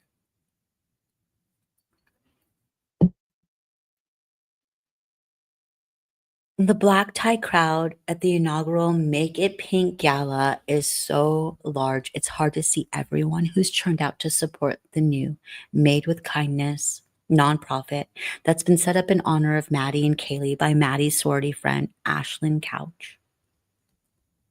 There's a hiccup at the check-in desk. For the people in formal dress who are in a line that goes past the bathrooms and around the corner all the way to the elevators, it's a good 30-minute wait. No one minds. They're here for a good cause. They can even buy the merchandise laid out on the table while they wait. Tonight, even though people are there to support the Gonsalveses and Laramies, the Gonsalves family, seated around two tables in the middle of the room, mostly keep to themselves. They lent Kaylee's name to the nonprofit, but because they know only a handful of people here, one might miss them in the crush. When the MC mentions Kaylee and Maddie, Christy puts her head in her hands and weeps. Steve puts his arm around her. It's a bittersweet moment. Christy and the girls have been looking forward to this. It's an excuse, Steve says, for them to get their hair and nails done and for him to put on a black tie. And it's wonderful that there is now a scholarship in Kaylee's and Maddie's names. During the event, it's announced that Xana's name will complete the trifecta. But they still haven't gotten justice for their daughter. That night, Steve says he's heard the good news from Thompson that there's likely to be a court date set, finally, but his patience with Ann Taylor is as thin as ever. He particularly objects to one line she repeatedly uses in court. Judge, if we ever get to trial, if she doesn't want to get to trial, Steve says, well, Bill Thompson needs to press the judge and find a defense attorney who does want to. Steve is still pursuing his parallel investigation. He's seeking the answers to a million questions about Cobberger's connection to the King Road house. For instance, he says, he'd like to know more about what Dylan saw that night. He feels certain he doesn't know everything about what she witnessed. Someone told him that she hid in a closet. Maybe she phoned someone. He's heard there's evidence on her phone that's important. Steve is still pissed that 1122 King Road was demolished by the university when, as he puts it, 75% of the parents were against it. When the time is right, he'll be ready to look at his options for civil cases. He's on a roll. Suddenly, Christy prods her husband. Is that Blaine Eccles? She says, shocked, looking across the room. It can't be, Steve says. Post Falls is a 90-minute drive from Moscow. Blaine Eccles didn't tell the Gonsalves or Laramie families he was coming. And yet it is Blaine Eccles, sitting with a bunch of random strangers. I was a little curious to see how my presence would be received, the dean later said. The Gonsalves family is stunned. Given the back and forth over the King Road house demolition, Christy and Olivia leap up and go say hello to him. And then they bring Eccles to their table. Steve and Eccles shake hands. Eccles tells them that the university's Healing Garden, a project he spearheaded and has overseen to commemorate the victims and help the community grieve, is nearly done. It's likely to open in August, at the start of the fall semester. Of course, he wants the family there. When Eccles leaves, readying for his 90-minute drive back to Moscow, Steve Gonsalves actually smiles. It's Father's Day weekend, and Eccles bothered to come. In spite of himself and the fights, Steve is touched. Classy, he says. Chapter 134. Broadheadsville, Pennsylvania, summer 2024. As Connie Saba is shopping at the Rite Aid in Broadheadsville, she sees someone in the pain relief aisle who looks familiar. She stops. It is someone she used to work with, and then she realizes it's Michael Cobberger, Brian's dad. Connie, he says, is that you? How are you, Michael? She replies. He seems very pleased to talk to someone. My heart goes out to Marianne, Connie says. How is she? Michael tells her that his wife doesn't talk to anyone, even on the phone. We lead a very quiet life, he says. We don't go out. And even when they're home, he says, they don't feel safe. People, he tells her, are watching our house. What people? Government people, he says, leaving her slightly confused. Then he says, you know Brian didn't do it, right, Connie? Connie thinks. She says, the Brian I know wouldn't do it. She wants to be supportive. It's then that Michael seems to remember that he hasn't spoken to her since Jeremy died. We were both shocked to hear Jeremy died, he tells her. Marianne wanted to call you, but she felt unable to. He doesn't explain why. Does Brian know Jeremy died? Brian was away, Michael says. He doesn't say where. We didn't tell him for months. But yes, he knows. Brian wasn't the same after the drugs, he adds. He wasn't the same person. Connie nods, but she thinks, even on drugs, Jeremy had remained sweet and good-natured. But Brian was framed, Michael says. Connie is startled. Framed? Someone planted the knife sheath, he tells her. The police didn't find it when they first went in. There was a lot of drugs in that house, a lot of people around. But they only looked at Brian. You know how he likes to drive around when he's nervous? Connie doesn't, but Michael tells her. He always used to get in the car and drive at night when he needed to think or when he had some fog. He had to get away and just think. Or when he couldn't sleep, he would just drive around. Michael adds, things will come out in the trial. Everyone will see. The two go down memory lane, reminiscing about Jeremy's and Brian's childhoods, the two boys running back and forth between their respective houses. Connie asks after Michael's daughters, Amanda and Melissa. She's read news reports that Melissa was fired from her job, but she doesn't ask specifically about that. Michael says they're good. They chat in the aisle for at least an hour. Michael seems almost sorry to leave. She can tell he doesn't get to blow off steam much. That night, she phones her daughter, Bridget, to go over the whole extraordinary conversation. Connie feels for Michael Cobberger. He clearly believes his son is innocent. She isn't sure if he's in denial or not, but she can empathize with how a parent might feel in a situation like this, given everything the Cobbergers tried to do for Brian. If it was my child, she later said, I'd probably be the same way. Chapter 135, Moscow, Idaho, August 21st, 2024.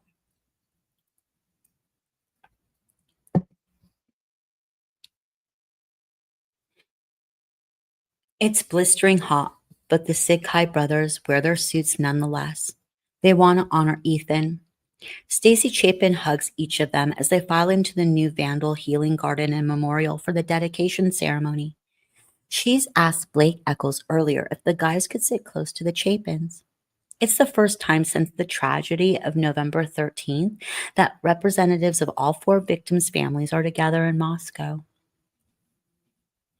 The Gonsalveses sit at the front to the left facing the podium. Ben Mogan is behind them. The Chapins and the Cornoodles, represented by Jasmine Cornoodle and a couple of Xana's aunts, sit to the right. James Fry stands at the back, almost unrecognizable in his jeans. Mayor Betchet,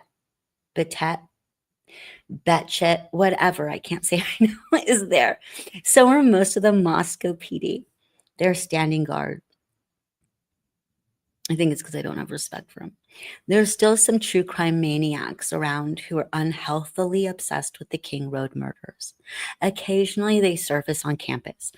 And though few people talk about it, everyone is aware that sitting in a basement cell less than a mile away is the suspected murderer. For Steve and Christy, he's front of the mind. The hearing to decide the change of venue is only 3 days away, and Christy posted on their Facebook page, "All I can think about is a change of venue hearing this Thursday. I'm just sick about it. I wish I could snap my fingers and it would be over. The anticipation eats me alive. Please pray for us."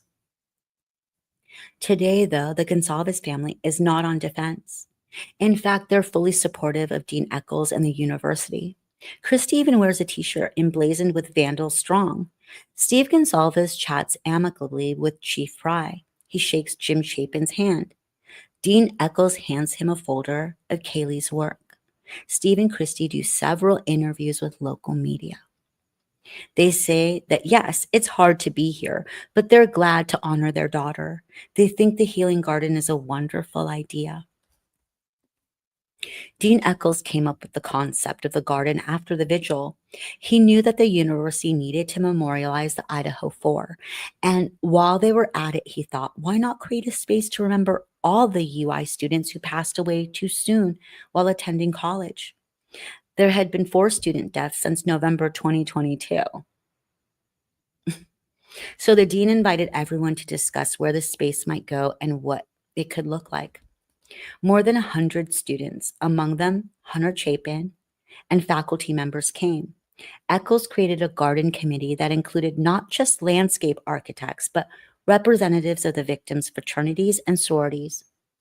1 from APhi, 1 from Sig Chi, and 2 from Pi Phi. Dr. Shauna Corey, the dean of UI's College of Art and Architecture, developed a class focused on the creation of a template. They identified plants that work with our temperature, our climate, time of year. They measure how dark it gets on what days of the year. They have done so much work, Dean Eccles said with pride.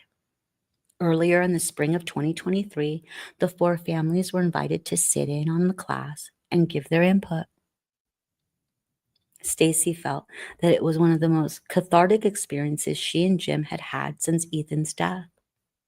The kids didn't ask them specific questions about garden design. They asked general, thoughtful questions like, what does it mean to be a vandal? And what are the words that describe Ethan? Ever the mother hen, Stacy felt a bond forming with these young kids, and she's thrilled to recognize many of them wearing matching black shirts on this big day. Emily Allant can't go to the ceremony today. The drive from Boise is too long, and Hunter Johnson is at work, but she was asked to pick a flower for Xana. She suggested a Peruvian lily because the lily is Xana's birth flower, and the Peruvian lily, Emily thinks, has the same sort of sparkle and spirituality as her late friend. The Gonsalves family will post on Facebook that they found it deeply emotional, special day. They have buried the hatchet with the university for now. It's hard to say which part of it was the most moving. Maybe it's the moment of silence for Ethan, Xana, Maddie, and Kaylee. Or maybe it was when Drew Mazia, Ethan's friend and fraternity brother, speaks about each of the 4 victims, concisely describing their distinct personalities in a way no one will easily forget. Do more of what you love to honor Kaylee. Spread that love with random acts of kindness for Maddie. Be silly and do something spontaneous and fun to honor Xana. And tell stories with an abundance of laughter to live life like Ethan. Chapter 136, Moscow, Idaho, August 29th, 2024. We're almost there, guys. The hearing to decide the change of venue lasts over 6 hours. Steve is not hopeful that the trial will stay in Moscow despite his best efforts to convey his feelings to the judge via Bill Thompson. The expert witnesses that Ann Taylor produces, who testify that it would be impossible in tiny Moscow to find a fair and impartial jury, seem to speak out of both sides of their mouths, Steve thinks.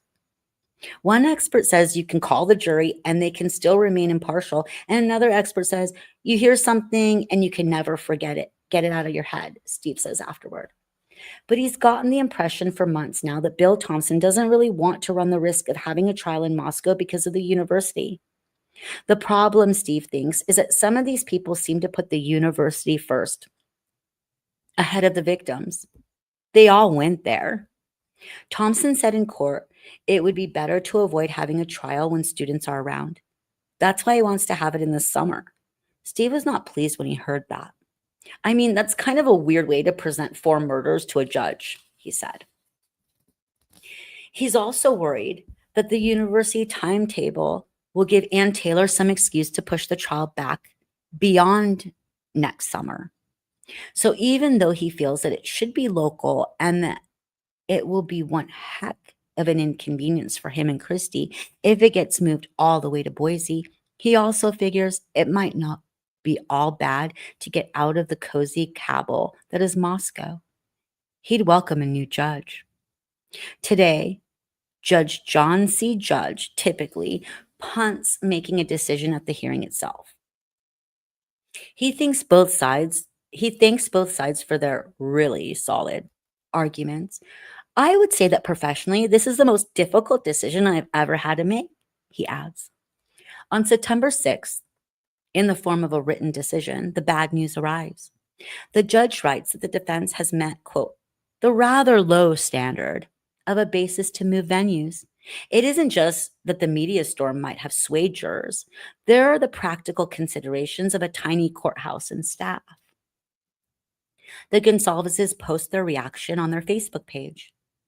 The family is incredibly disappointed in the judge's ruling granting the change of venue. The only good thing about this decision is it will be Judge Judge's last decision in this case. It isn't clear for a few days where the trial will be moved, but on September 12th, the Idaho Supreme Court orders it moved to Boise, Ada County, under the jurisdiction of a new judge, Stephen Hippler. Steve says that Judge Hippler is no stranger to capital cases. He's known to be strict and stern. Good. Chapter 137, Moscow, Idaho, September 15th, 2022. Brian Cobberger is flown 300 miles south to Boise and booked into the Ada County Jail. There is inevitable media fanfare around this trip. Mike Patterson considers this to be almost a literal weight off the minds of people in Moscow. Many of them might have wanted the trial held locally for emotional reasons, but no one liked the idea of Cobberger sitting underground, virtually beneath them. It emerges that his exit is barely a day too soon. On October 3rd, it's reported that the Latah County Jail might finally be closed because it does not meet code regulations. A new fire marshal has arrived in town, looked over the facility, and said that the fire sprinklers and electrical systems don't meet standards and the doors are too small. Evan Ellis covers the story. He reports that rebuilding the jail could cost up to $14 million, minus the cost of the land. If city commissioners decide it's too expensive, Moscow's criminals might need to be housed in Lewiston instead, and the move could happen in just 2 weeks. Thank the Lord Cobberger is not in there, Evans says, imagining the stink that would have been made. Being the cynical journalist that he is, he considers the timing, the election for sheriff is barely a month away, and thinks that it might be fortuitous for James Fry's campaign because the jail's failure to meet code regulations happened on his opponent's watch. Is the new fire marshal a Fry guy and trying to help him out, or just a by-the-book guy and it's just coincidence, Evan asks. I have no idea, he says with a laugh. Chapter 138, Rathdrum, Idaho, September 28th, 2024. Olivia and Christy feel like they've hit a wall. They're going to need housing in Boise for 3 months, but they learn that there's no federal, state, or local assistance for families who've lost a loved one. The only option, they realize, with input from Jack DeCoeur's aunt, Brooke Miller, is to start a Gonsalves family GoFundMe page. The family asks initially for $50,000 to house them for the 3 months they will need to be in Boise next summer for the trial. They explain there will be 10 of them as well as pets for the long haul. They need the basics: money for housing, food, travel, and compensation for their loss of work. Money pours in, but the trial date remains uncertain. In his first hearing in Boise, Judge Hippler says he's leaning away from the June date set by the previous judge because he thinks it'll be hard to pick a jury given family vacation schedules. Thompson suggests May. Taylor suggests September. Taylor hits her usual theme of being overloaded with discovery. She's received an additional 398 gigabytes of information since August, she says. And I can tell the court that nobody on the team has read every bit of that yet. She also has new mitigation expert she needs to bring up to speed because this person replaced someone who passed away. But in a sign, perhaps, that Judge Hippler has less appetite for delay than John Judge, he tells her she needs to get it done by the deadline he sets. There are 24 hours in a day, but if you use enough of those hours, enough days in a row, you get it done if you have to. The judge delivers a stern lecture to both teams at the outset. I'd like to say I'm happy to be here, but why start with an untruth? He adds, I do expect, and this will come as no surprise to you, for you all to get along. I understand the stakes in this case are as high as they can possibly be in any case. But you are professionals. You have taken oaths, both as officers within your jurisdictions, but also as attorneys before this bar. So I expect at all times for you to remain civil to one another, that you not engage in personal attacks, ad hominem attacks, that you not engage in theatrics, not misstate the facts or the law to the court, and that when you cite arguments in your briefs, if there's contradictory precedent, I expect to see that. On October 9th, Judge Hippler issues his ruling. The trial will start on August 11th and run through November 7th. The Gonsalves family finally feels optimistic. The atmosphere in Judge Hippler's courtroom is palpably fresh, electric even. Once they get to trial, Steve hopes events will be anticlimactic. He has reason to be hopeful. Steve's FBI sources have told him that when the agency is involved in a capital murder case, they secure a conviction over 93% of the time. The odds, therefore, of getting a conviction in a quadruple homicide, well, you do the math, he says. A lawyer for the FBI has told Steve that in all his years of experience, he's never seen a case where DNA has been found at the crime scene and it didn't lead to that conviction. A piece of evidence like that is insurmountable. Kathy Mabut, the coroner, and the other investigators agree, but there's one person in Moscow who is worried.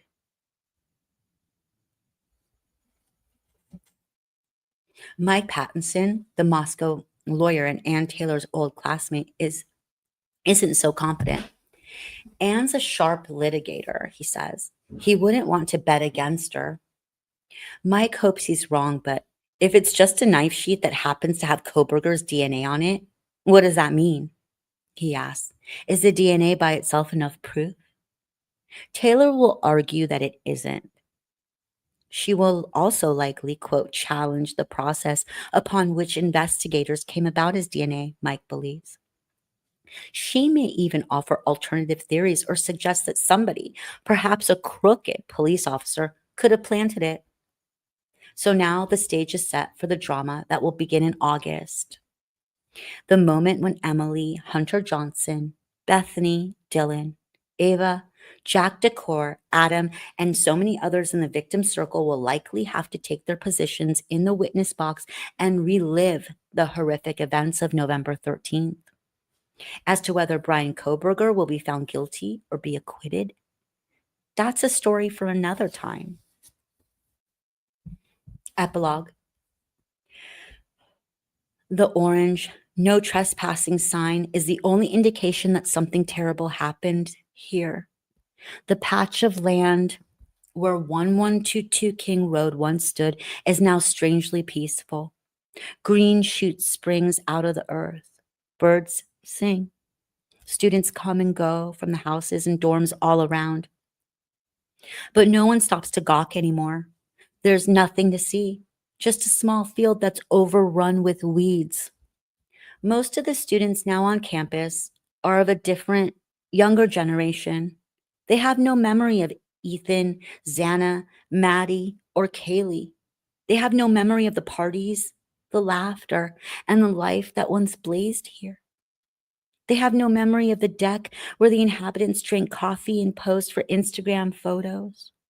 But a stone's throw away, the 4 plaques in the healing garden ensure that no member of the Vandal family, past, present, or future, will forget the names of the 4 innocents who lived on this piece of green, happily and hopefully. Their names are Ethan, Xana, Maddie, and Kaylee. That's it, guys. I told y'all it'll be a little over 2 hours. Thank you so much for joining me. Tomorrow morning, they're on Mountain Time. We're on daylight. So I think Mountain does daylight time. So thank you guys for being here. Hold on. Let me get rid of this. And my God, I cannot. It's like this new setup. My God. Thank you guys so much for being here. I really appreciate it. It's so late. I'm trying to figure out how to get rid of this and put me back up, but it's being ridiculous. Thank you guys so much. I hope you enjoyed it. And I really, really hope that you guys, so Lana's obviously covering it on Truth and Transparency tomorrow, the hearing. And hopefully you guys will tune in. I think it's going to be like 8 a.m. my time and, Pacific time. Aren't they doing it at 9 a.m.? I feel like Hitler said that, and that's Mountain Time. So if you're on the East Coast, that's like 11 a.m. your time, but she'll probably be earlier than that. Oh my God, thank you guys so much for being here. You don't even understand. It makes a difference to have you guys in here. So I appreciate it. Yes, we'll see you there. Hopefully I put someone to sleep. Hopefully Jax is asleep. Jax, you better be asleep. He probably is. He's tired. Thank you guys so much. I'm going to eat my fries that are cold now. And I might be wrong on the time, so check. We are going to, for those, me and Lana are planning, I got my start on YouTube reading transcripts, and then everyone's like, make a channel. It's like, I did true crime for so long professionally, like writing for Larry Flint. And I was like, I don't want to do true crime. I just like talking about it. But I've always said I'm a professional transcript reader. So me and Lan are going to do the Delphi transcripts, but we're not going to do the whole thing. We're just going to do important parts and then, cover it and everything because we went to the trial. But Cobberger's tomorrow and the victim impact statements are tomorrow. So see you guys over at Lana's.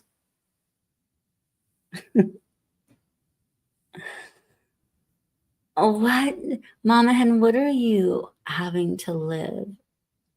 I'm having to live it unfortunate. What are you living? No, don't live anything unfortunate. Bluebird, you're such a sweetheart. Everyone get everything. Get your sleeps in. And there's my 14 asterisks. Girl, where have you been? Missed you so much. And I saw your name. I'm like, it says freaking 14 asterisks. I'm so excited. It's been years. Can you believe how many years it's been that we've been on this journey? Yes, Bluebird. So good to meet you in person at Delphi. Yeah, you're a sweetheart. Big sweetheart. Okay, my voice is officially dead and I want to sleep. I want to sleep. Wait, what happened? Civil rights visitation harassment from local officials in my county. So I'll be tuning in tomorrow because I'm never leaving. Why? Oh my God. Right? If you're not leaving your house and you're bored, send me an email. I just did this email in my section. Send me an email about it. I want to know about it. See if I can help you. Yeah, it's been a while. Yes, you guys get your rest too, because we're like, whatever we're doing, we're going to be doing this Cobberger thing. What? Okay, write me something. Good night, everybody. And think of the victims and let's pray for them because, dude, I said it from the beginning. We were covering this case from day one. I had flown into Columbus, literally, right when this happened. And we started covering it. Like, this is before the PCA came out. I said, this is a horror movie. Like, this is literally like when you are feeling the most vulnerable and the safest in your home. Like, you're so defenseless in that, you know? So let's just think of them and God, and just pray for them, keep them in our thoughts. Thank you guys so much. Mama Hen, text me, please. I mean, email me. Email me, please. I want to hear about it. Yeah, let's blast counties for corruption. All right, guys. Good night. Sleep tight.